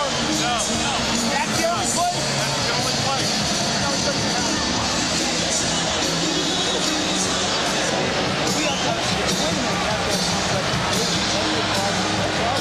Popovich is right, but how long can we wait? Now, Popovich is asking for them to turn them both off. I would ask for the same thing because it's a major advantage. What are you going to do? I want to go get the box. See, he wants them to go get the shot clocks and put them down in the corner. The ones that we used to play with before the shot clocks went above the basket, they would put it over in each corner so you could see it. Do me a favor. You got clocks in the back. Go get them, all right? Here, Joey, do me a favor. You got clocks in the back? Go get them. But you know what? Popovich is right. Even though this is going to be a delay, you know, he doesn't win. Right now, New York is on a great run. This hurts them now to have to go over and sit down. They got it rolling right now. So how much is this argument truly about the clock, and how much is a ploy by Popovich to slow the Knicks' momentum? I think it's a little of both, but I will tell you right now, Bob, it's a tremendous advantage to have that shot clock on your basket and not. And as they try to straighten things out, we'll step aside for just a moment. Back to Madison Square Garden and Game 5 of the Finals after this. Welcome back to Madison Square Garden. I'm Jim Gray. They are now trying to install on each end of the court shot clocks that they have in reserve. As you can now see on the end where the San Antonio Spurs will be shooting, that clock has been installed. Now the Knicks wanted to continue on the regular shot clock on the other end. However, Joey Crawford has determined that both clocks on the floor have to be used, and now they are both in place. That clock that you see right there will be turned off. Bob?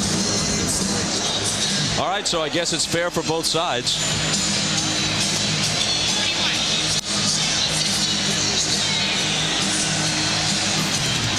Let's go to the promo material, shall we? Join NBC tomorrow as the world's best tennis players gather at the All England Club for the world's most prestigious championship, Wimbledon. Featured in tomorrow's coverage will be ladies' and gentlemen's third-round matches, featuring Andre Agassi as he continues his quest for a second Wimbledon crown. That's the Championships, Wimbledon, tomorrow at 1 Eastern here on NBC. I guess John McEnroe made it back from the game the other night. Yeah, he was here for Game 4. He actually played mixed doubles with Steffi Graf today, I'm told, and won. I tried to hit you with a curveball, and you still, Bob, had the answer. I couldn't stump you there. I knew it. Now, just to be clear, they won their first match. Oh, okay. They didn't win the title. I guess the Concorde changes everything, though. No jet lag. Get there in less than 4 hours. Let's go to Ahmad. All right, Bob. Greg Popovich now is arguing the fact that if they have to use one on the floor, they want the Knicks to use one on the floor. So there's some question as to whether or not the Knicks will use the one over the basket or on the floor. Hey, Joe, are you using the one up there? Are you using that one? This one? The Knicks will use the one on the basket. The Spurs will use the one on the floor. Back to you, Bob. Now, Popovich's argument, no doubt, was turn off the one over the Knicks basket and let us both use one in the old NBA style from years and years ago in the corner. Well, Bob, you know how you get trained all of a sudden with that shot clock. Yes, now they're going to have to try to locate it on the floor. That's very unnatural for them right now. The delay was more than 8 minutes in actual time.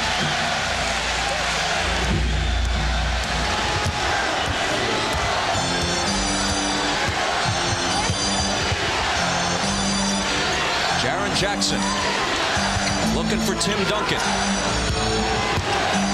Duncan out to Ellie. Set shot. Short. Bounces back to him. I'll tell you one thing. Where they place the 24-second clock, I can't see it. I was going to say the same thing. It's out of our view. Here's Duncan. Stumbling to the floor. Might have been tripped. Apparently he was. It's on Larry Johnson, his fourth. Back to the Garden after this. All right, as we're back here at Madison Square Garden, I'm Jim Gray. The discussion is still about the shot clock. The San Antonio Spurs want the shot clock added to the other end of the floor where the Knicks are shooting. They feel it's an unfair advantage for the Knicks to be able to locate the clock exactly where it is all the time, and a disadvantage for them to have it down on the court. The people at Madison Square Garden now will wheel the shot clock back out. It has been determined. Greg Popovich said he really didn't think it was fair to continue. Joey Crawford said it's fair for now. We will continue until we get it hooked up. When we get it hooked up, that's exactly when we'll put it on. I'm not trying to be unfair to anybody. Bob? And at that point, they'll turn off the clock above the Knicks basket. We play on. Robinson out of the double to Jackson, who's feeling it, but not this time. Line drive rebound taken on a hop by Houston. He leads Sprewell. Back to Houston around Elliott. Here's his jumper going.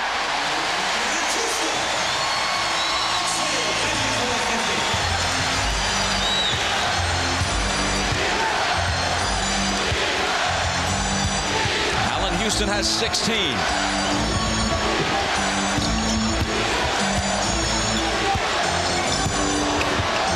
Duncan double teamed, scores anyway, plus the foul. Allen Houston is doing a wonderful job. This little pull-up jump shot, we've seen it the entire series. Realizes one more dribble, he gets himself in trouble because David Robinson is standing there. And Bob, in this last possession, when Tim Duncan scored, he and Robinson were 0 for 6 in this quarter, so that's his first field goal. His and Robinson's first 3 points of the quarter. They now trail by 1. Three-point play after Kurt Thomas's third foul.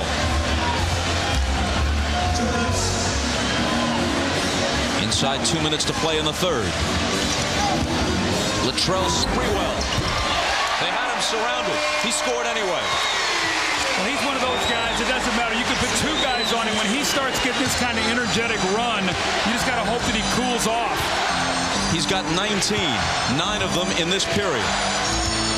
So look at that clock get down against him right now. This is where San Antonio gets themselves in trouble. Starts standing around. 5 seconds to shoot. Duncan will.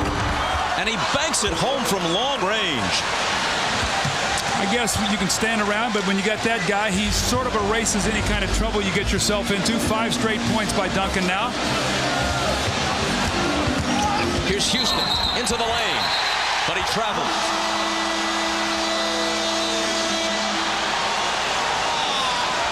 It is not fair or accurate to compare anyone to Michael Jordan. But remember how, when the Bulls' offense, sophisticated as it was, bogged down, you could always just go to Michael. That's sort of the case here. But what Kurt Thomas has got to do with that clock wound down, he's got to make him put that ball on the floor. That's his shot. Now he's got to crowd him. There you go. Now get help from the weak side. But don't foul him. That's right.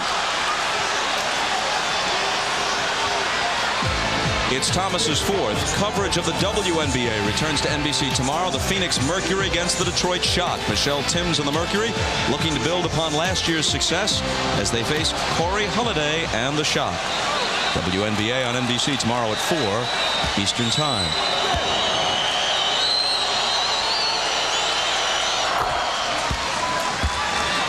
Duncan has shot free throws extremely well in this final. Well, you see the first time in the finals. It was Michael's 7th season. He averaged a little over 31.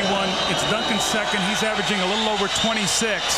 So these guys obviously are the main men. And once again, Spurs have taken the advantage by 1. Bob, I think with all the run and everything that New York has done, they need to give a lead here going into this 4th period. 23 for Duncan. San Antonio by 1. Sprewell gets his man off his feet and scores again. Sprewell is 5 for 5 in this quarter.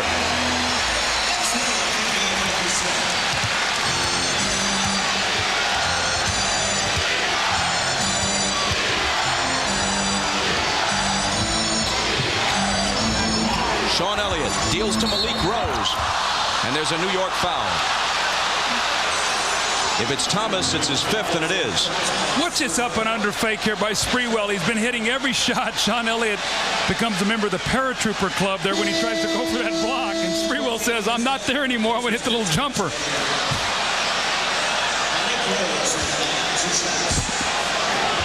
Thomas out with the 5 fouls. Chris Dudley back. And Rose misses. Kurt Thomas, who had been a demon on the boards through the first 3 games, had only 2 rebounds in 19 minutes of Game 4, has 3 rebounds and 5 fouls in 19 minutes to this point in Game 5. Well, they need him out there because he can make that little medium-range jump shot. And we know Dudley's a good defender, but he struggles on the offensive end.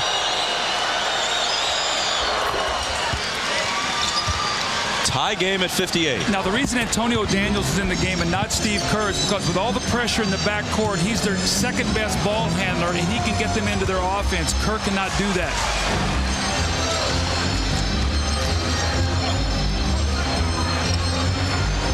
Sprewell, scorching hot.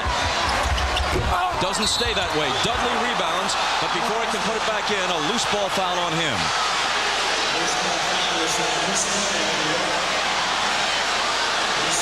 His 2nd. You know, most guys who expend this kind of energy in this kind of quarter with Sprewell, you think fatigue could be a factor. Bob, this guy, fatigue is not going to be a factor as Dudley gets the push in the back. But this guy's not even breathing. I mean, he says, get me the ball. We got 10 seconds to go. I'll get us another basket here when we go in this 4th period.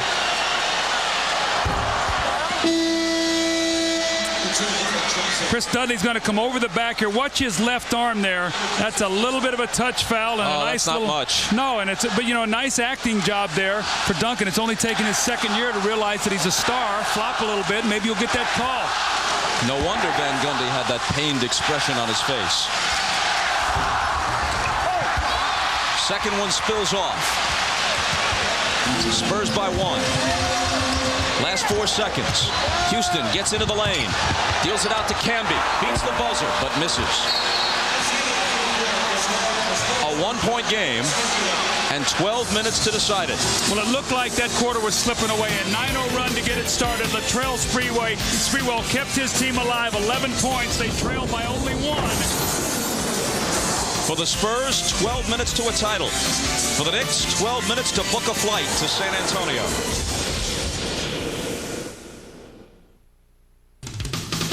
This copyrighted telecast of the National Basketball Association is intended solely for the entertainment of our audience, and any retransmission, reproduction, rebroadcast, or other dissemination or use of this telecast, or of the pictures, descriptions, or accounts of this game, without the express written consent of the National Basketball Association, is prohibited.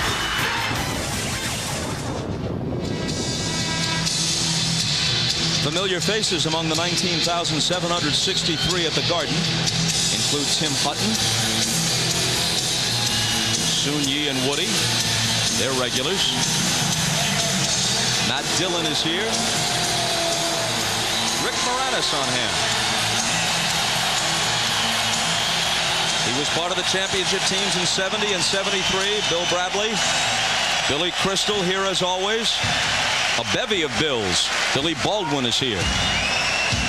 And the always understated Macho Camacho, tastefully attired Matthew Modine cheering the Knicks on.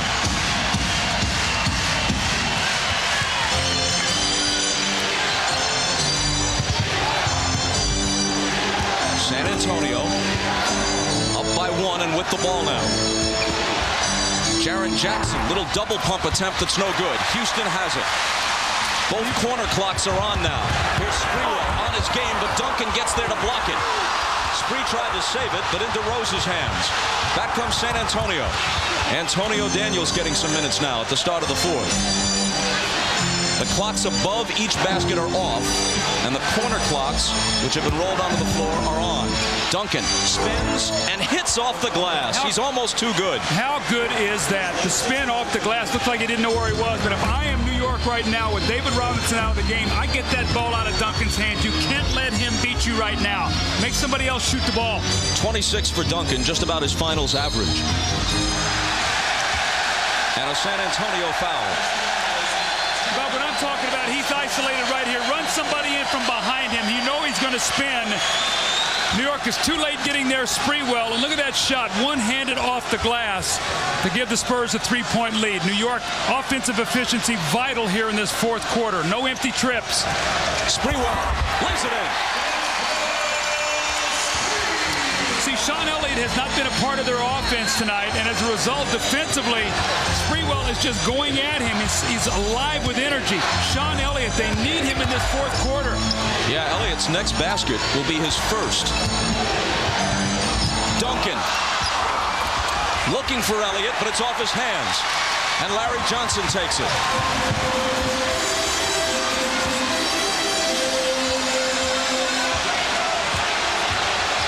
Sprewell gets the Knicks to lead, and they'll come to the line.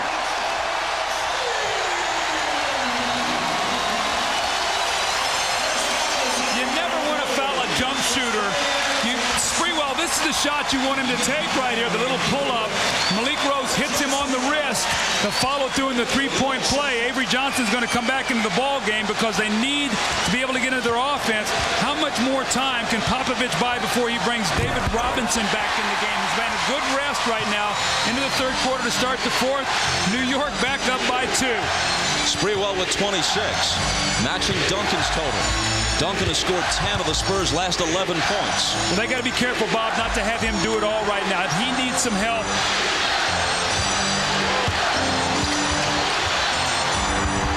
Or does he? Wow. Wow. See, I still think as much as Jeff Van Gundy doesn't want a double team right now, you've got to get Duncan out of his game and make Antonio Daniels or somebody make a shot. Sprewell, double-teamed, illegal defense. Illegal defense against the Spurs. That's the first call against them. I guess it's a pretty good weapon right here. Tim Duncan, when you need a basket, you go away from the double team. Dudley with great defense. Just a high-arching jump hook. Tim Duncan keeping his team in the game.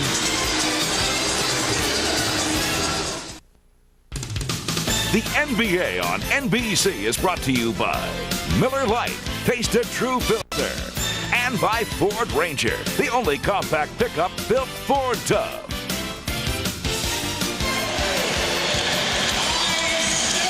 New York's Twin Towers in the nighttime sky. San Antonio's Twin Towers inside the Garden have combined for 38 points, 18 rebounds, 2 blocks.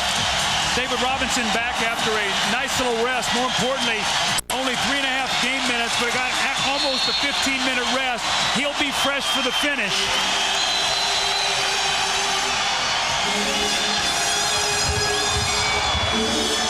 Here's Houston. Duncan is on him. 10 seconds to shoot. Allen Houston misses on the run. Ellie with the rebound. San Antonio looking to snap the tie. Robinson just back in. Tim Duncan from beyond the head of the key. This time he can't get it done. Knicks need to keep running. They don't want to set up right now. That'll play into San Antonio's hands. Get something quickly. Sprewell. When you feel it, why not? He's not really a three-point shooter, but tonight, anything goes. Bob, if you touched him right now, he would shock you. All the electricity running through this guy's body right now tonight. He has been absolutely tremendous. Early offense. That's what you have to do against San Antonio. And who better than Latrell Sprewell? You lay off of him. He's not a three-point shooter. Well, tonight, he's shooting them from everywhere. 29 for Spree. All Ewing can do is cheer, but he can do it mightily.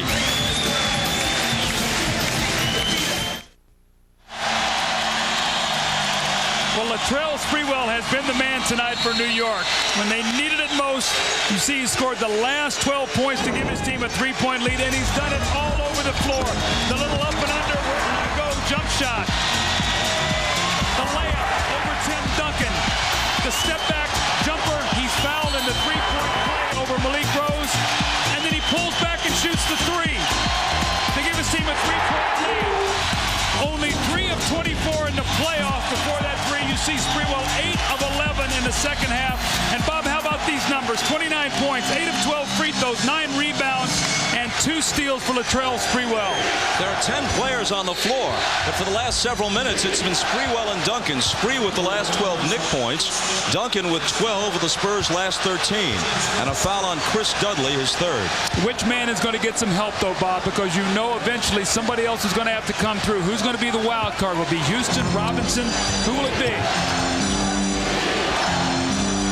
Duncan again, and the same result. See, he's getting so deep in that post. I think Jeff Van Gundy is going to have to give a little help. That's too easy there. 30 points now for Tim Duncan.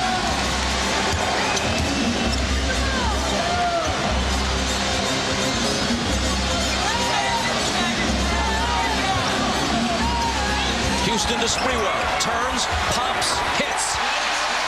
You know what this reminds me of? Game 7 of the Eastern Conference Finals. Larry Bird and Dominique Wilkins. Who missed first? Dominique and Bird won. What a game that was. One of the great duels in the history of the NBA. Knicks by 3. Sean Elliott. Avery Johnson on the move. The floater is good.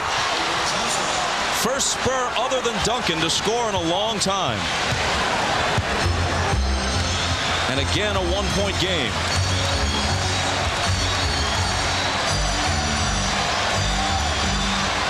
Looking for the hot hand. He brings it outside, intended for Johnson. Robinson, with the great agility for a big man, steals it.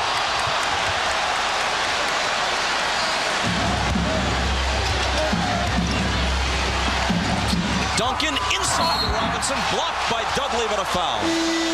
And that'll be 4 on Dudley. David Robinson in the passing lane. It's not bad. 7-foot guy who can get in the lane, steal the ball.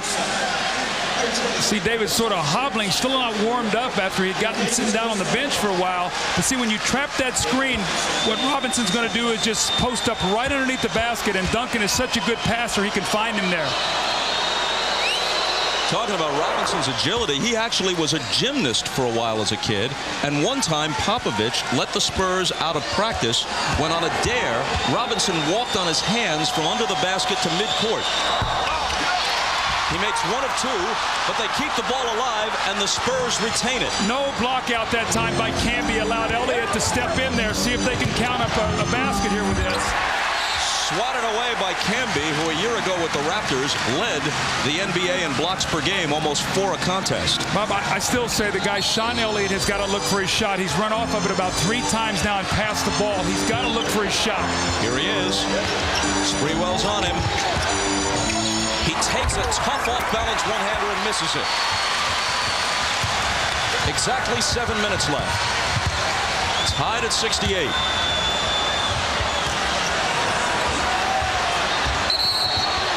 Illegal defense. And that's the second one on the Spurs, so the Knicks will shoot.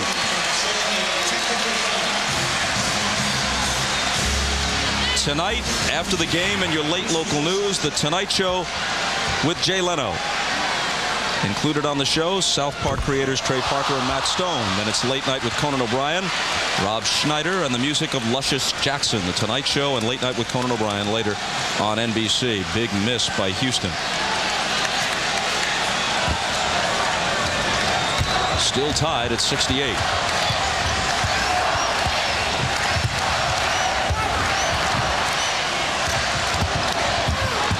Houston has it knocked away by Avery Johnson. Into the hands of Sprewell, though. And they still have 10 seconds to shoot.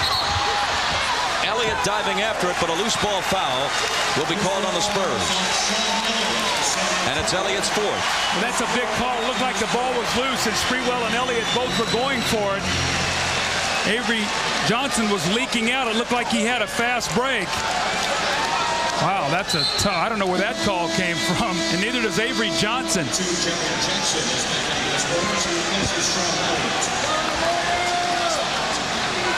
That's 4 fouls on Sean Elliott. He will sit down. Remember, Jaren Jackson's been the man with a hot hand. Allen Houston has got to stay attached to him, not let him get a free 3.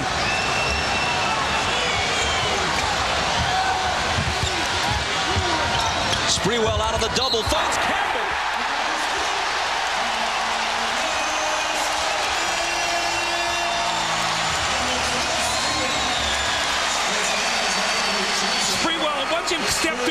double team.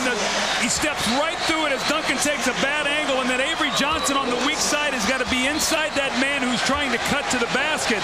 Well, this could be a big possession here. Remember now, it looked like Sean Elliott had the loose ball, the three-point play, so instead of San Antonio trying to take the lead, New York goes back up by 3. Camby a three-point play after Avery Johnson's third foul. Knicks by 3. Mario Elliott, 6 seconds to shoot. Avery Johnson, 3 seconds to shoot. Johnson with the running hook. And Larry Johnson takes the rebound. Camby missed it, and the rebound to Duncan. Did you see on that last possession, Avery Johnson was looking around for the shot clock. He couldn't find it. He had to look at New York's end to try to find it. Duncan has it poked away. Ball out of bounds, touched last by the Knicks. Through the thicket of bodies, he couldn't see the San Antonio shot clock in the corner. He looked all the way back the other way. You're right.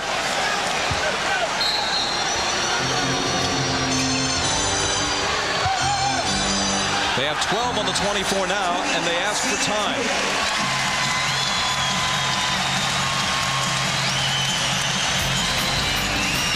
.5:35 to play in the fourth. Knicks trying to stay alive, up 3. New York needs by 3, 5:35 to go here in the fourth quarter. You see where the shot clocks are. They are in the corner. And Avery Johnson, as he came across with that left hand, there were so many bodies there, he could not see his shot clock. You're going to see him look over his shoulder at the other end. Now watch his eyes. Look, where is the time? Oh, I'm in trouble. I better get a shot. And he gets a tough shot at the basket. That's why these guys get so trained to where that shot clock is. That he had a real problem there. Well, coming out of that timeout, Jim Gray said, Jeff Van Gundy said, anybody but Duncan beat us. Jaren Jackson is short with it. Robinson, though, on the offensive block. And then he's fouled as he takes it to the rack.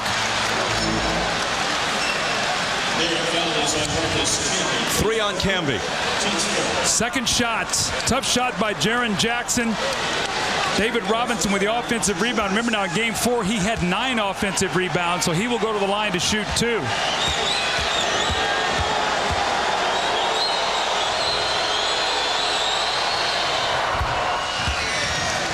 If he hits the next, it's a 1-point game. 5:28 remaining. San Antonio is down to 2 timeouts. The Knicks have 4. Neither side has a 20 left. Jaren Jackson out. Sean Elliott quickly back in. 71-70.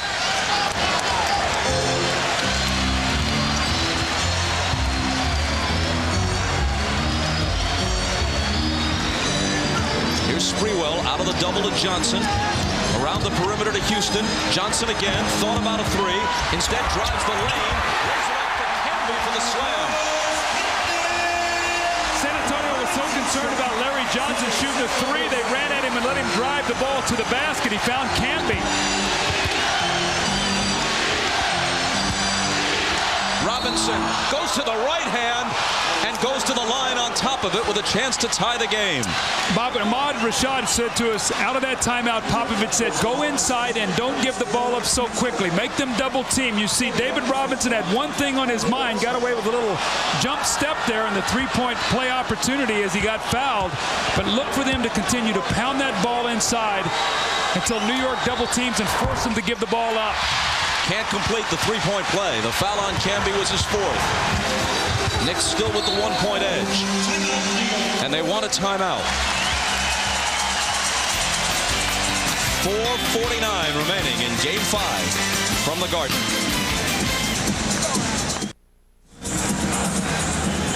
welcome back to New York. The Knicks lead by 1, 4:49 left. I'm Jim Gray. Jeff Van Gundy just told his team, mainly Marcus Camby, about defending David Robinson. Try to push him off his mark so he can't catch the ball that low. Then on offense, he wants them to have some patience. Don't just run down there and take the first shot. Take the best shot. For the Spurs, let's go to Ahmad Rashad. All right, thanks, Jim. Greg Popovich. Also, his area of concern is the defense. Talking about the double team. When they come in double team, he wants them to get back quick because they end up one man short. Come to the double team, get back on your man quick. Otherwise, they leave somebody open. Bob? Thanks, Jim and Ahmad. Here we go. Each team will be over the limit with its next foul.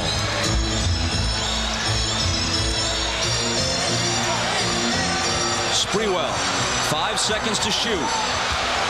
Sprewell deals out to Johnson for 3. Way off. Ellie chases it down. Not even close on that shot. That's why I think you've got to close out quietly on him and make him continue to shoot. That lost all confidence. Bob, 2 of 16 now in this series. Mario Ellie in the paint, but it's short.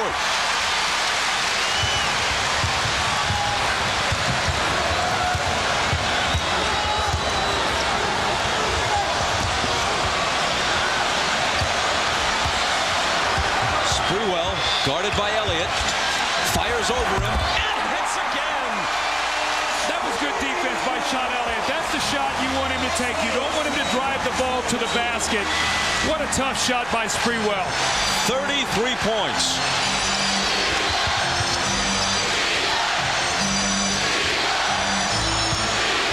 Duncan out of the double to Ellie. Tries to tie it and does.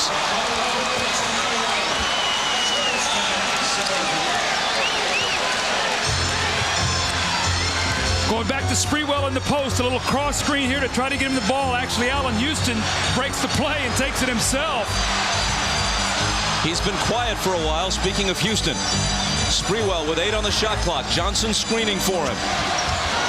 It'll be Sprewell leaning in, drawing the contact, and the foul goes against Duncan. It's Tim's second. Well, Duncan had done everything right that time except the last minute he reached in. And all he has to do is square him up and say, you know what, you're going to shoot the shot. But watch his hands. When you reach in right there, you're going to get the foul.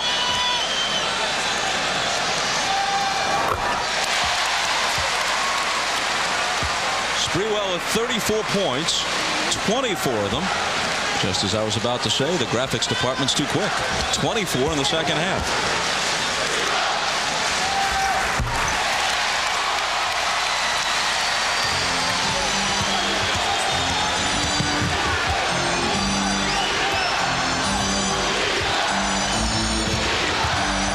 Childs all over Avery Johnson.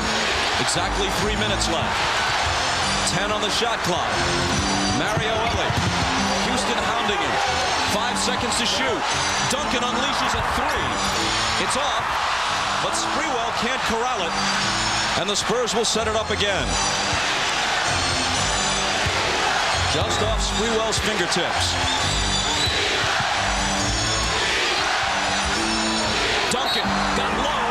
It was rejected by Camby, but there's a foul. See, they got the ball from side to side that time. They got the ball to the weak side off the screen roll. And look how deep Duncan gets the ball in the post. When he gets it here, Larry Johnson's going to foul him. Camby comes over and blocks the shot, but too late. And the foul on Johnson is his 5th. Duncan looks to tie it, but won't on this trip. Now remember, one of the things in the regular season, Duncan and Robinson were both below 70% free throw shooters. So if you get into a foul shooting contest here late, you would have to favor New York. 1-point game.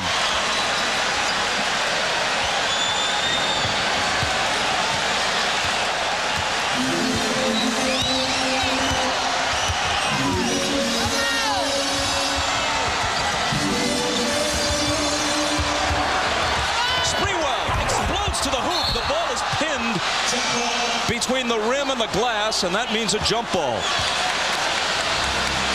If you're going to go give help on Sprewell, you better get there quickly. He turns that corner, and look at Robinson and Duncan both there. Jump ball. Now, with that situation, you can choose who you want to jump. So it'll be David Robinson and Camby. Camby is very quick off his feet. See if he can tip that ball back to Chris Childs here. Johnson who grabs it. Knicks looking for breathing room, up by just one.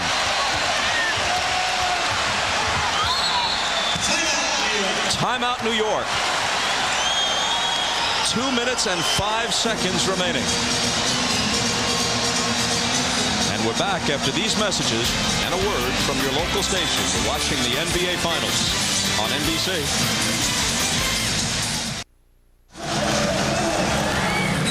.205 left at Madison Square Garden. I'm Jim Gray. Jeff Van Gundy just told Latrell Sprewell, Latrell, the ball is coming to you. If there's something, go with it right away, but do not hold the ball. There is only 11 seconds left on the clock. Bob?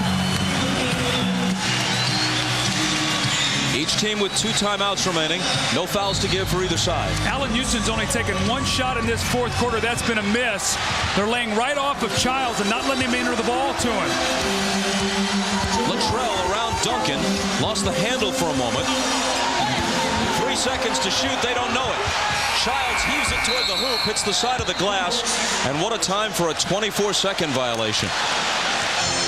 See, when you get in a situation where you start holding that ball against the clock, that plays so much into what San Antonio wants to do. And you know they're coming down. It's either going to go to Duncan or Robinson. If they double team now, watch Elliott or Ellie for a critical 3-point shot attempt.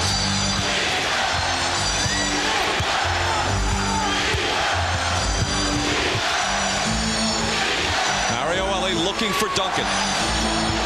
He has it against Johnson. They swing it around to Avery Johnson.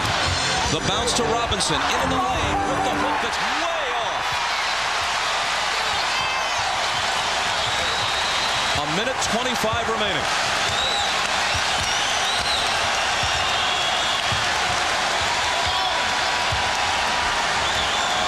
Ten seconds to shoot. Mismatch Sprewell in the post. Back out to Johnson. Can he hit a 3? He cannot.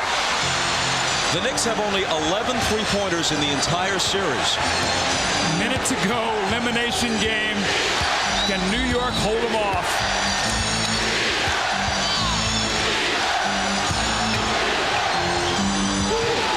Sean Elliott. Avery Johnson.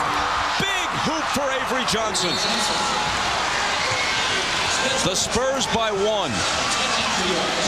Avery Johnson, undrafted. Bounced around the NBA, cut twice by the Spurs before sticking the third time.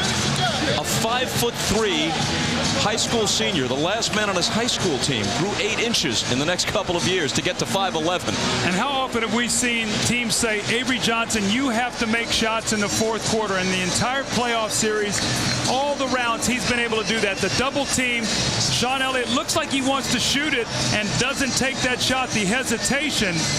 And then he finds Avery Johnson on the baseline, the rotation from New York. Once they came out of the double team, no one found Avery Johnson. And a critical possession now for New York. They're down 1. But watch out of the double team. Now the ball is going to come to Sean Elliott. Latrell Sprewell goes back into the double team. And let's see what he does after he gets out of the double team. Here's Sprewell. And here is Avery Johnson right here.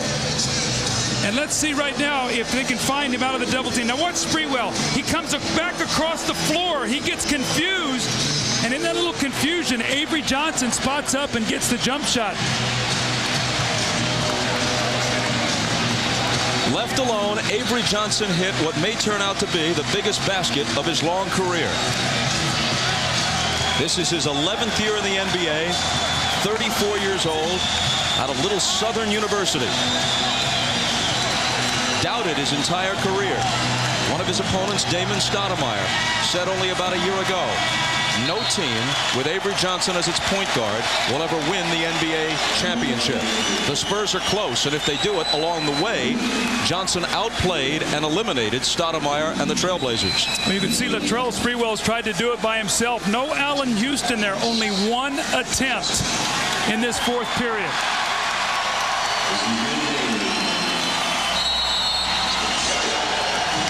And also, Allen Houston missed that little free throw there that would have, on the illegal defense, that would have made it a tie game right now. So you'd have the ball with a chance to go up rather than be on that odd point. And what about the 3 that Houston swished, which was waved off because his heel was on the end line just before the release? All right, here we go. Childs to Sprewell.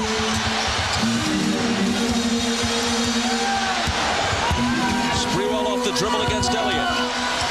Lets it go. The scoring spree does not continue. And Avery Johnson, perhaps appropriately, has it. Bob, I can't see the shot clock, but I think they're going to have to foul. I don't know how much disparity. It's about a 3-second differential. They're taking a real chance here if they let this burn out. It's David Robinson. Robinson spinning to the basket. Muscles up. No whistle. But he got it back. Now they have to come foul. They unleash the shot, and Johnson chases it down and calls a timeout with 1.4.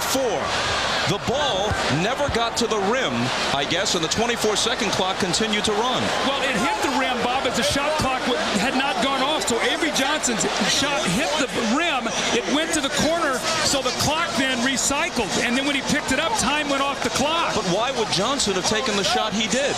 Because the clock was winding down. Well, that was my point. Yeah, absolutely. Here's what happens now. The shot is winding, the clock is winding down because David Robinson's shot did not hit the rim. So when he kicks it out, he shoots a desperation shot to beat the clock.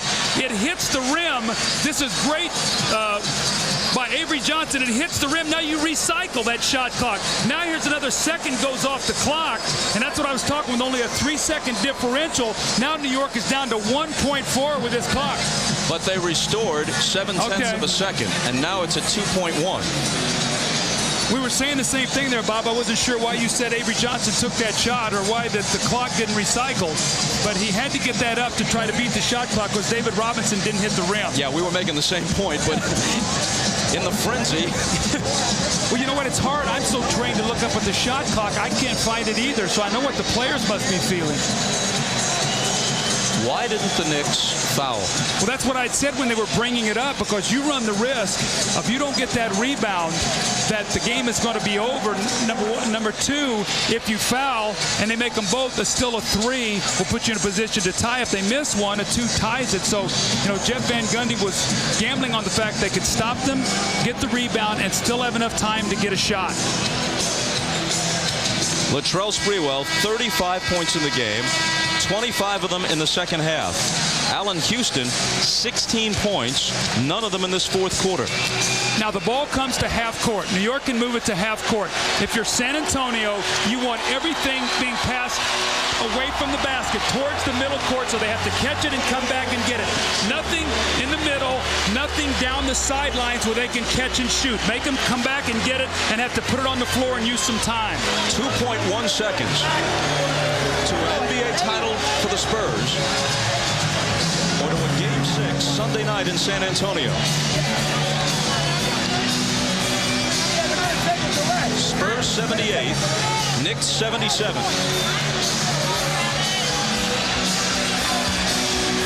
Ward will throw it in. Delay of game call. And they'll set it back up.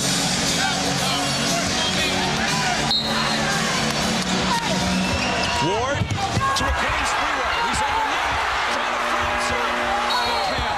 The San Antonio Spurs have won their first NBA championship. 26 years coming, and the Knicks made them sweat for every bit of it. And listen to the New York crowd cheer their team. Bob, they knew they were undermanned. Listen to this. This is a tremendous response to this crowd for the New York Knicks team and their effort. They tried to spring Sprewell cutting for the hoop. He caught the pass, but the Spurs converged on him quickly. That's been the whole factor of this series, is the big man have just not allowed you to score. Now he slips the screen, goes right down the lane, makes the great catch, but look who's there. Tim Duncan. He's pushed underneath the basket, forced to dribble the ball, and David Robinson also comes over, realizing you cannot make a pass. The clock is winding down. A tremendous effort by Sprewell to put his team in this position. And let's take a look at San Antonio. Look at David Robinson, Tim Duncan, Mario Elie, Avery Johnson. See David Robinson getting a hug from his father there, Ambrose, his little son. What a moment for the Admiral. For David Robinson and his wife Valerie, his 3 sons David, Corey, and Justin, here's Jim Gray. All right, thank you very much. I'm with an obviously very disappointed Latrell Sprewell. Awesome effort by you, Latrell. Tell us what happened on the last play. Well, we tried to get a layup off the from out of bounds, but they did a good job of really collapsing down. I was too far into the basket, so just tried to get on the other side and make a shot. Comment about the fight that you guys put up tonight. A lot of people would have expected maybe that this team mailed it in, but that wasn't the case. No, we fought hard, and we didn't want them celebrating on this floor, but we have to give them credit. They came in, the 2 big guys played hard for them, and other guys stepped up and made shots as well, and they deserve it. Your thoughts on the Spurs? Obviously, it's been a long road for David Robinson. I mean, they deserve it. I mean, they worked hard, and they were the best team this year, and they deserve it. What else can you say? Final thought. There's been so much controversy surrounding you. Do you want to come back, and do you want to play for Jeff Van Gundy? Yeah, I plan on coming back. And play for Jeff? Yeah. Latrell, thank you for your time. We appreciate it. Very gracious in defeat. Let's go back over to Bob Costas. Thank you, Jim. And Jeff Van Gundy said yesterday that he has been told that he will be back as the Knicks coach next year. Tim Duncan making home movies. For Duncan, a title in only his 2nd year. And tonight, he scored 31 points, pulled down 9 rebounds, hit 12 of 22 from the floor. But for David Robinson, a long time coming, a decade in the league. 2 years before he came to the NBA, he was fulfilling his military obligation with the Naval Academy, so he waited 2 years, plus the 10. Sean Elliott, a couple of serious knee operations. Those are the 3 guys who could be called stars at various times of their careers. The rest of this Spurs team is a collection, and I say this with appreciation, of misfits and rejects and late bloomers. And best friends, Avery Johnson and David Robinson. They've been through it all here in San Antonio. Apropos that Avery Johnson hit the jump shot on the baseline to give his team the 1-point win. This is 3rd stint with this team, Bob, before he got the championship. He's one of those survivors, one of those knockaround guys, along with Mario Ellie, a 7th-round pick who's played in 4 different leagues, in 4 different countries. Didn't debut in the NBA until he was 27. Or a guy like Jaren Jackson, 8 teams in 8 years. Or Jerome Kersey, who didn't play tonight, but after 15 years, he has his first. There's Ellie. After 15 years, Jerome Kersey with his first NBA title. For the first decade of his career, he was a fixture in Portland, a vagabond the next 5 different teams, finally winds up in San Antonio and gets a ring. Jerome Kersey. And Greg Popovich at age 50, an obscure figure on the NBA stage until this year. Sprewell could not have done any more than what he did tonight.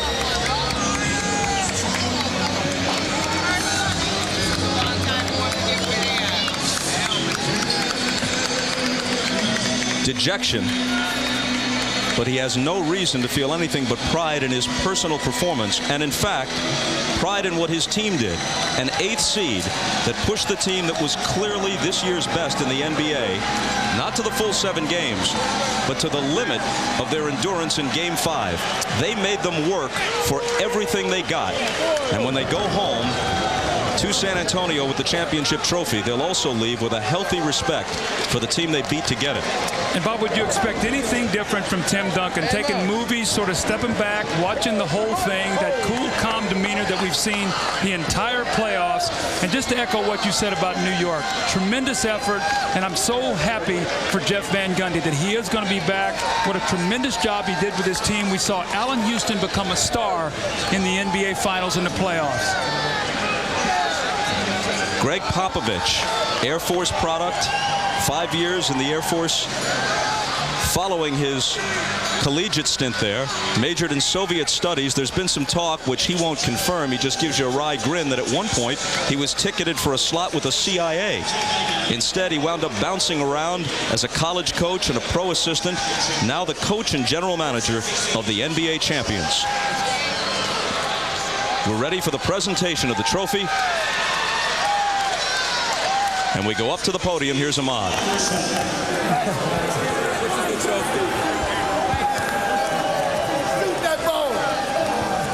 It is now time for the 1999 championship presentation. Joining me on the podium, the San Antonio Spurs co-owners, Peter Holt, Juliana Holt, general manager, coach, Greg Popovich, co-captains, David Robinson and Avery Johnson somewhere. And now for the presentation, here's NBA Commissioner David Stern. Thank you to the Spurs and the Knicks for giving us a great series. Congratulations to the New York Knicks and their fans for this season and this very exciting run. To the San Antonio Spurs, it was a spectacular series. To them, their fans, to their fans across America, congratulations, 1999 NBA champion, San Antonio Spurs.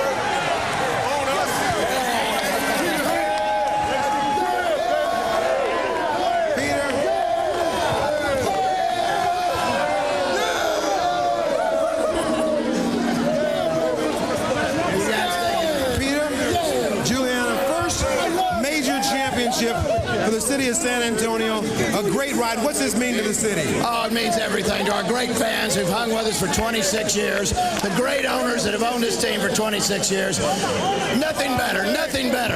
And a historical win, Juliana, because the first ABA team to win an NBA championship. Absolutely. I want to thank God for this fabulous team and the chance to be associated with such extraordinary gentlemen and most fantastic ball players of all time. All right, congratulations. David Robinson. David. Co-captain David Robinson. You've been through many coaches, many changes, and finally an NBA championship. What's it mean to you? I'll tell you, to me, this is just it's a journey that just goes to show that hard work and persistence pays off, baby. I love these guys, and I tell you what, one thing I learned to do this year was trust the Lord through the whole thing. He blessed me, he blessed his team, he took us to the top, and if you learn anything from this, baby, learn that the Lord doesn't give up on his people, baby. He takes you all the way. All right, David. Avery Johnson. Avery Johnson. Here's a man.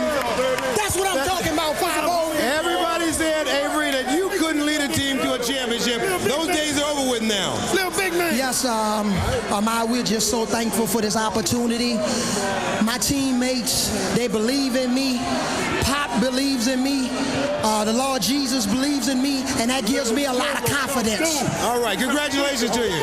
All right, now it's time for our presentation of the Finals MVP Award. And to make that presentation, once again, David Stern. Ladies and gentlemen, join me in applauding a spectacular athlete, a terrific young man who averaged 27 points and 14 rebounds to be the most valuable player of the 1999 NBA Finals, Tim Duncan.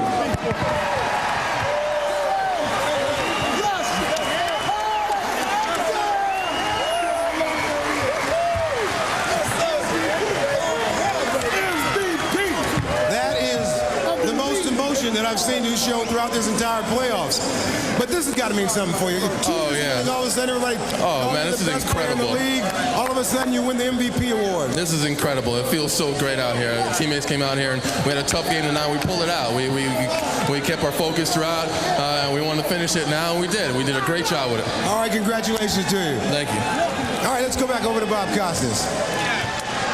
Well, the Knicks used their last-second miracles in earlier series. Houston versus the Heat. Larry Johnson, the impossible four-point play against the Pacers. Tonight, the law of averages and the Spurs caught up with New York.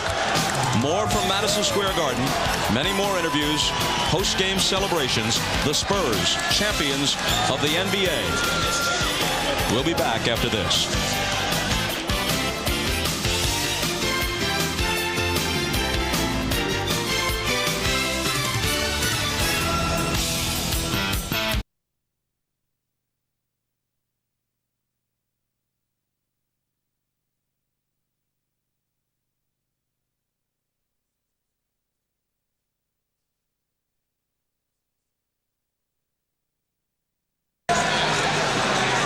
One more look at the last play, and a question you might be asking, would the nearly impossible shot have counted if Sprewell had somehow hit it?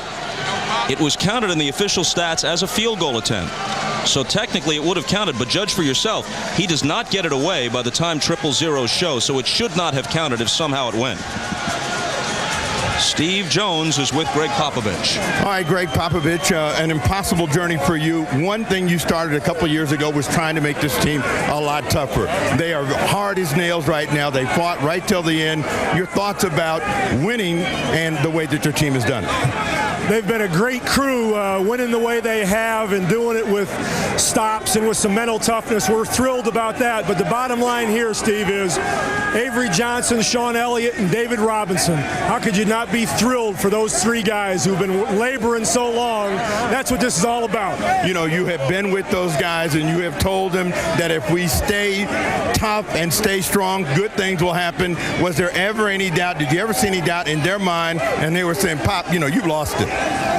Well, they always think I've lost it a little bit. They think I'm a little crazy, but because of their character, they've stuck with everything we've tried to do, and they've gotten it done. All right, when you went into the locker room at the break, you're ahead by 2.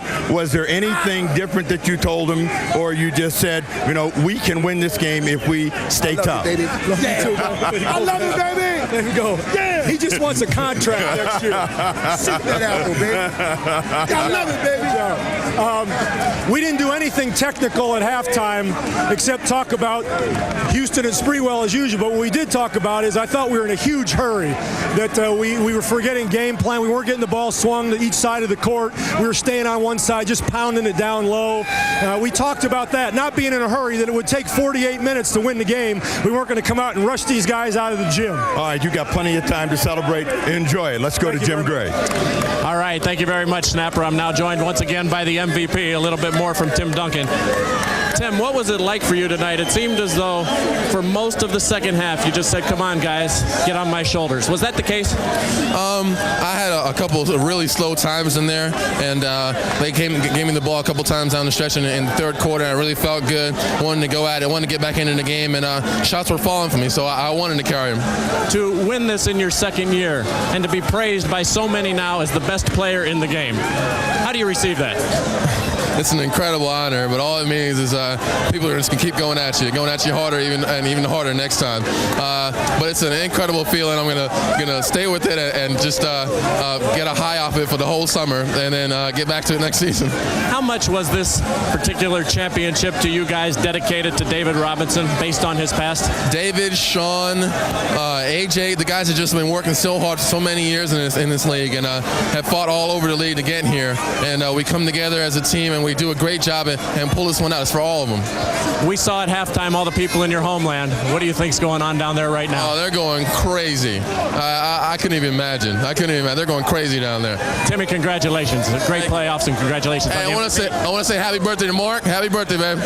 All right. Let's go over to Snapper Jones with Mario Elie. All right, thank you, Jim Gray. Mario Elie has been known as a man that's grumpy, grouchy, never a smile on his face. How you feeling now? Hey, Snapper, I feel great, man. I'm so proud of this team. I'm happy for David Robinson. He's been taking a lot of flack throughout his career. And tonight, I told Dave, you shut everybody up, Dave. You ain't got nothing more to prove to anybody else. But let's come back and do it again. It's a lot of fun. All right, you were on the other side when David Robinson got torched. And you know the pain and agony of being in that position. What were you telling him during this championship drive? Well, I said, Dave, just play your game. You got a chance to prove everybody wrong, and just go out and play hard and just stay focused and do the things that made you a great player. You know, rebounding, playing defense, running the floor. He did all that, and the difference in the team is when he sacrificed, step back, let Tim develop, and he was the second guy. All right, Mario Elie, enjoy it. Cloud 9, Bob Costas. Thank you, Snapper. Greg Popovich was talking about his team making big stops. That's a fact. The Knicks didn't score a point in the last 3 minutes and 12 seconds of this game. The San Antonio Spurs, gentlemen champions. We'll talk with Jeff Van Gundy of the Knicks when we come back to the Garden after this.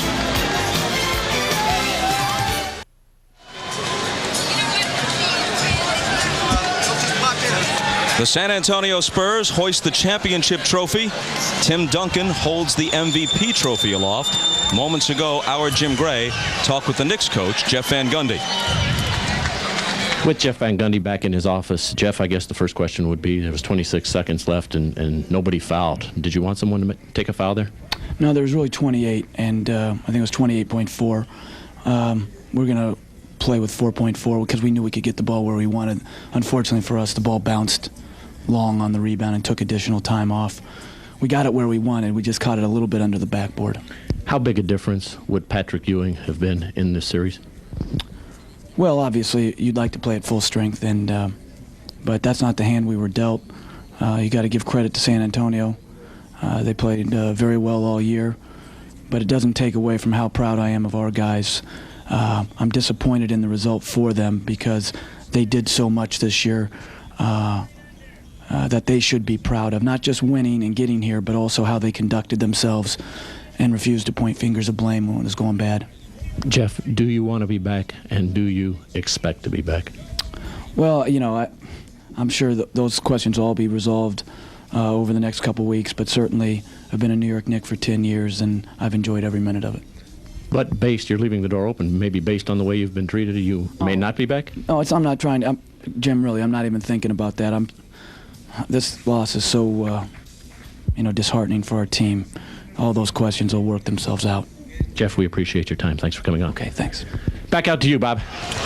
Interesting, Jim, because yesterday Van Gundy was saying that he had been assured that he would be back, and the way that was played in the New York press was that, in fact, he would be. I think Jeff will be back. I think, this is a tough time for a coach. When you are this close and you are trying to win a championship, it's so very, very hard. But I think when it's all said and done, you'll see Jeff Van Gundy's back. Let's go to Hannah Storm and the Showtime crew. So, Bob, the San Antonio Spurs bring their city its first ever major professional sports championship as the Spurs become the NBA's first champion in the post-Jordan era, Bill. And, Hannah, I am just so happy for David Robinson, who for the rest of his life, it will just be absolutely different for him. The level of satisfaction, the unbelievable sense of inner peace for David Robinson. And then Tim Duncan, just such a complete and near-perfect player. This is the start of something really, really special in San Antonio. And also a little note about the little guys, the role players, the Avery Johnsons, the Jaren Jacksons, the Mario Elliots, who have been told their whole lives that you're just not good enough. Don't come back here. They've been cut. They've been waived. They're going to walk around forever and ever and say, today, I am a world champion. There is nothing like that, Peter. Bill, Duncan and Robinson might be the Spurs. In fact, they are the Spurs MVPs, but you got to go with Avery Johnson.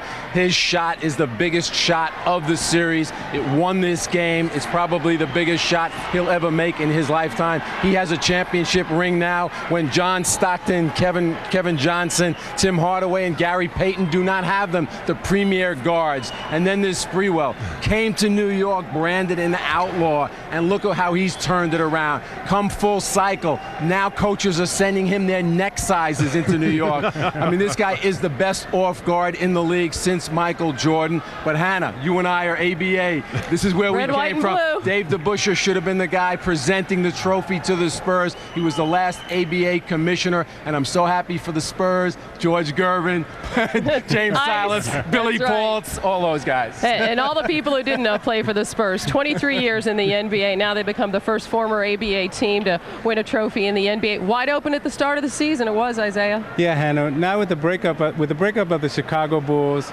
no Michael Jordan, there was really no one to focus on. Now we have a champion. Now the San Antonio Spurs will become the hunted. They'll have the focus of the GMs, the coaches, and all the players in the league, and we'll see how they respond to being the hunted right now. It'll be up to everybody else to keep them, to figure out how they don't win twin trophies next year. Let's go back down to Bob and Doug. Hannah, thanks very much. Amazing achievement by an 8th seed to make it this far, and let's not lose sight of how good a team it was that beat the New York Knicks in 5. The Spurs went 15-2 in the playoffs, just blitzed through the best teams in the league, and they were 8-1 on the road in the playoffs. Well, Bob, we talk about Duncan and Robinson, and they were the main men, but there's no question the supporting cast. Tonight, Duncan and Robinson, 47 points. They were in the 40s the entire series. Tonight, 31 points for the supporting cast. Anytime they scored 30 or more, they won. The day they had 23, they lost. So you got to give it's a team effort. It was a pleasure. Thanks, Bob. Thanks very much, Doug. For Hannah and Pete and Bill, Isaiah, Jim Gray, Ahmad Rashad, Doug Collins, I'm Bob Costas. Congratulations to the San Antonio Spurs. Winners tonight, 78-77. Winners of the series in 5. Champions of the NBA.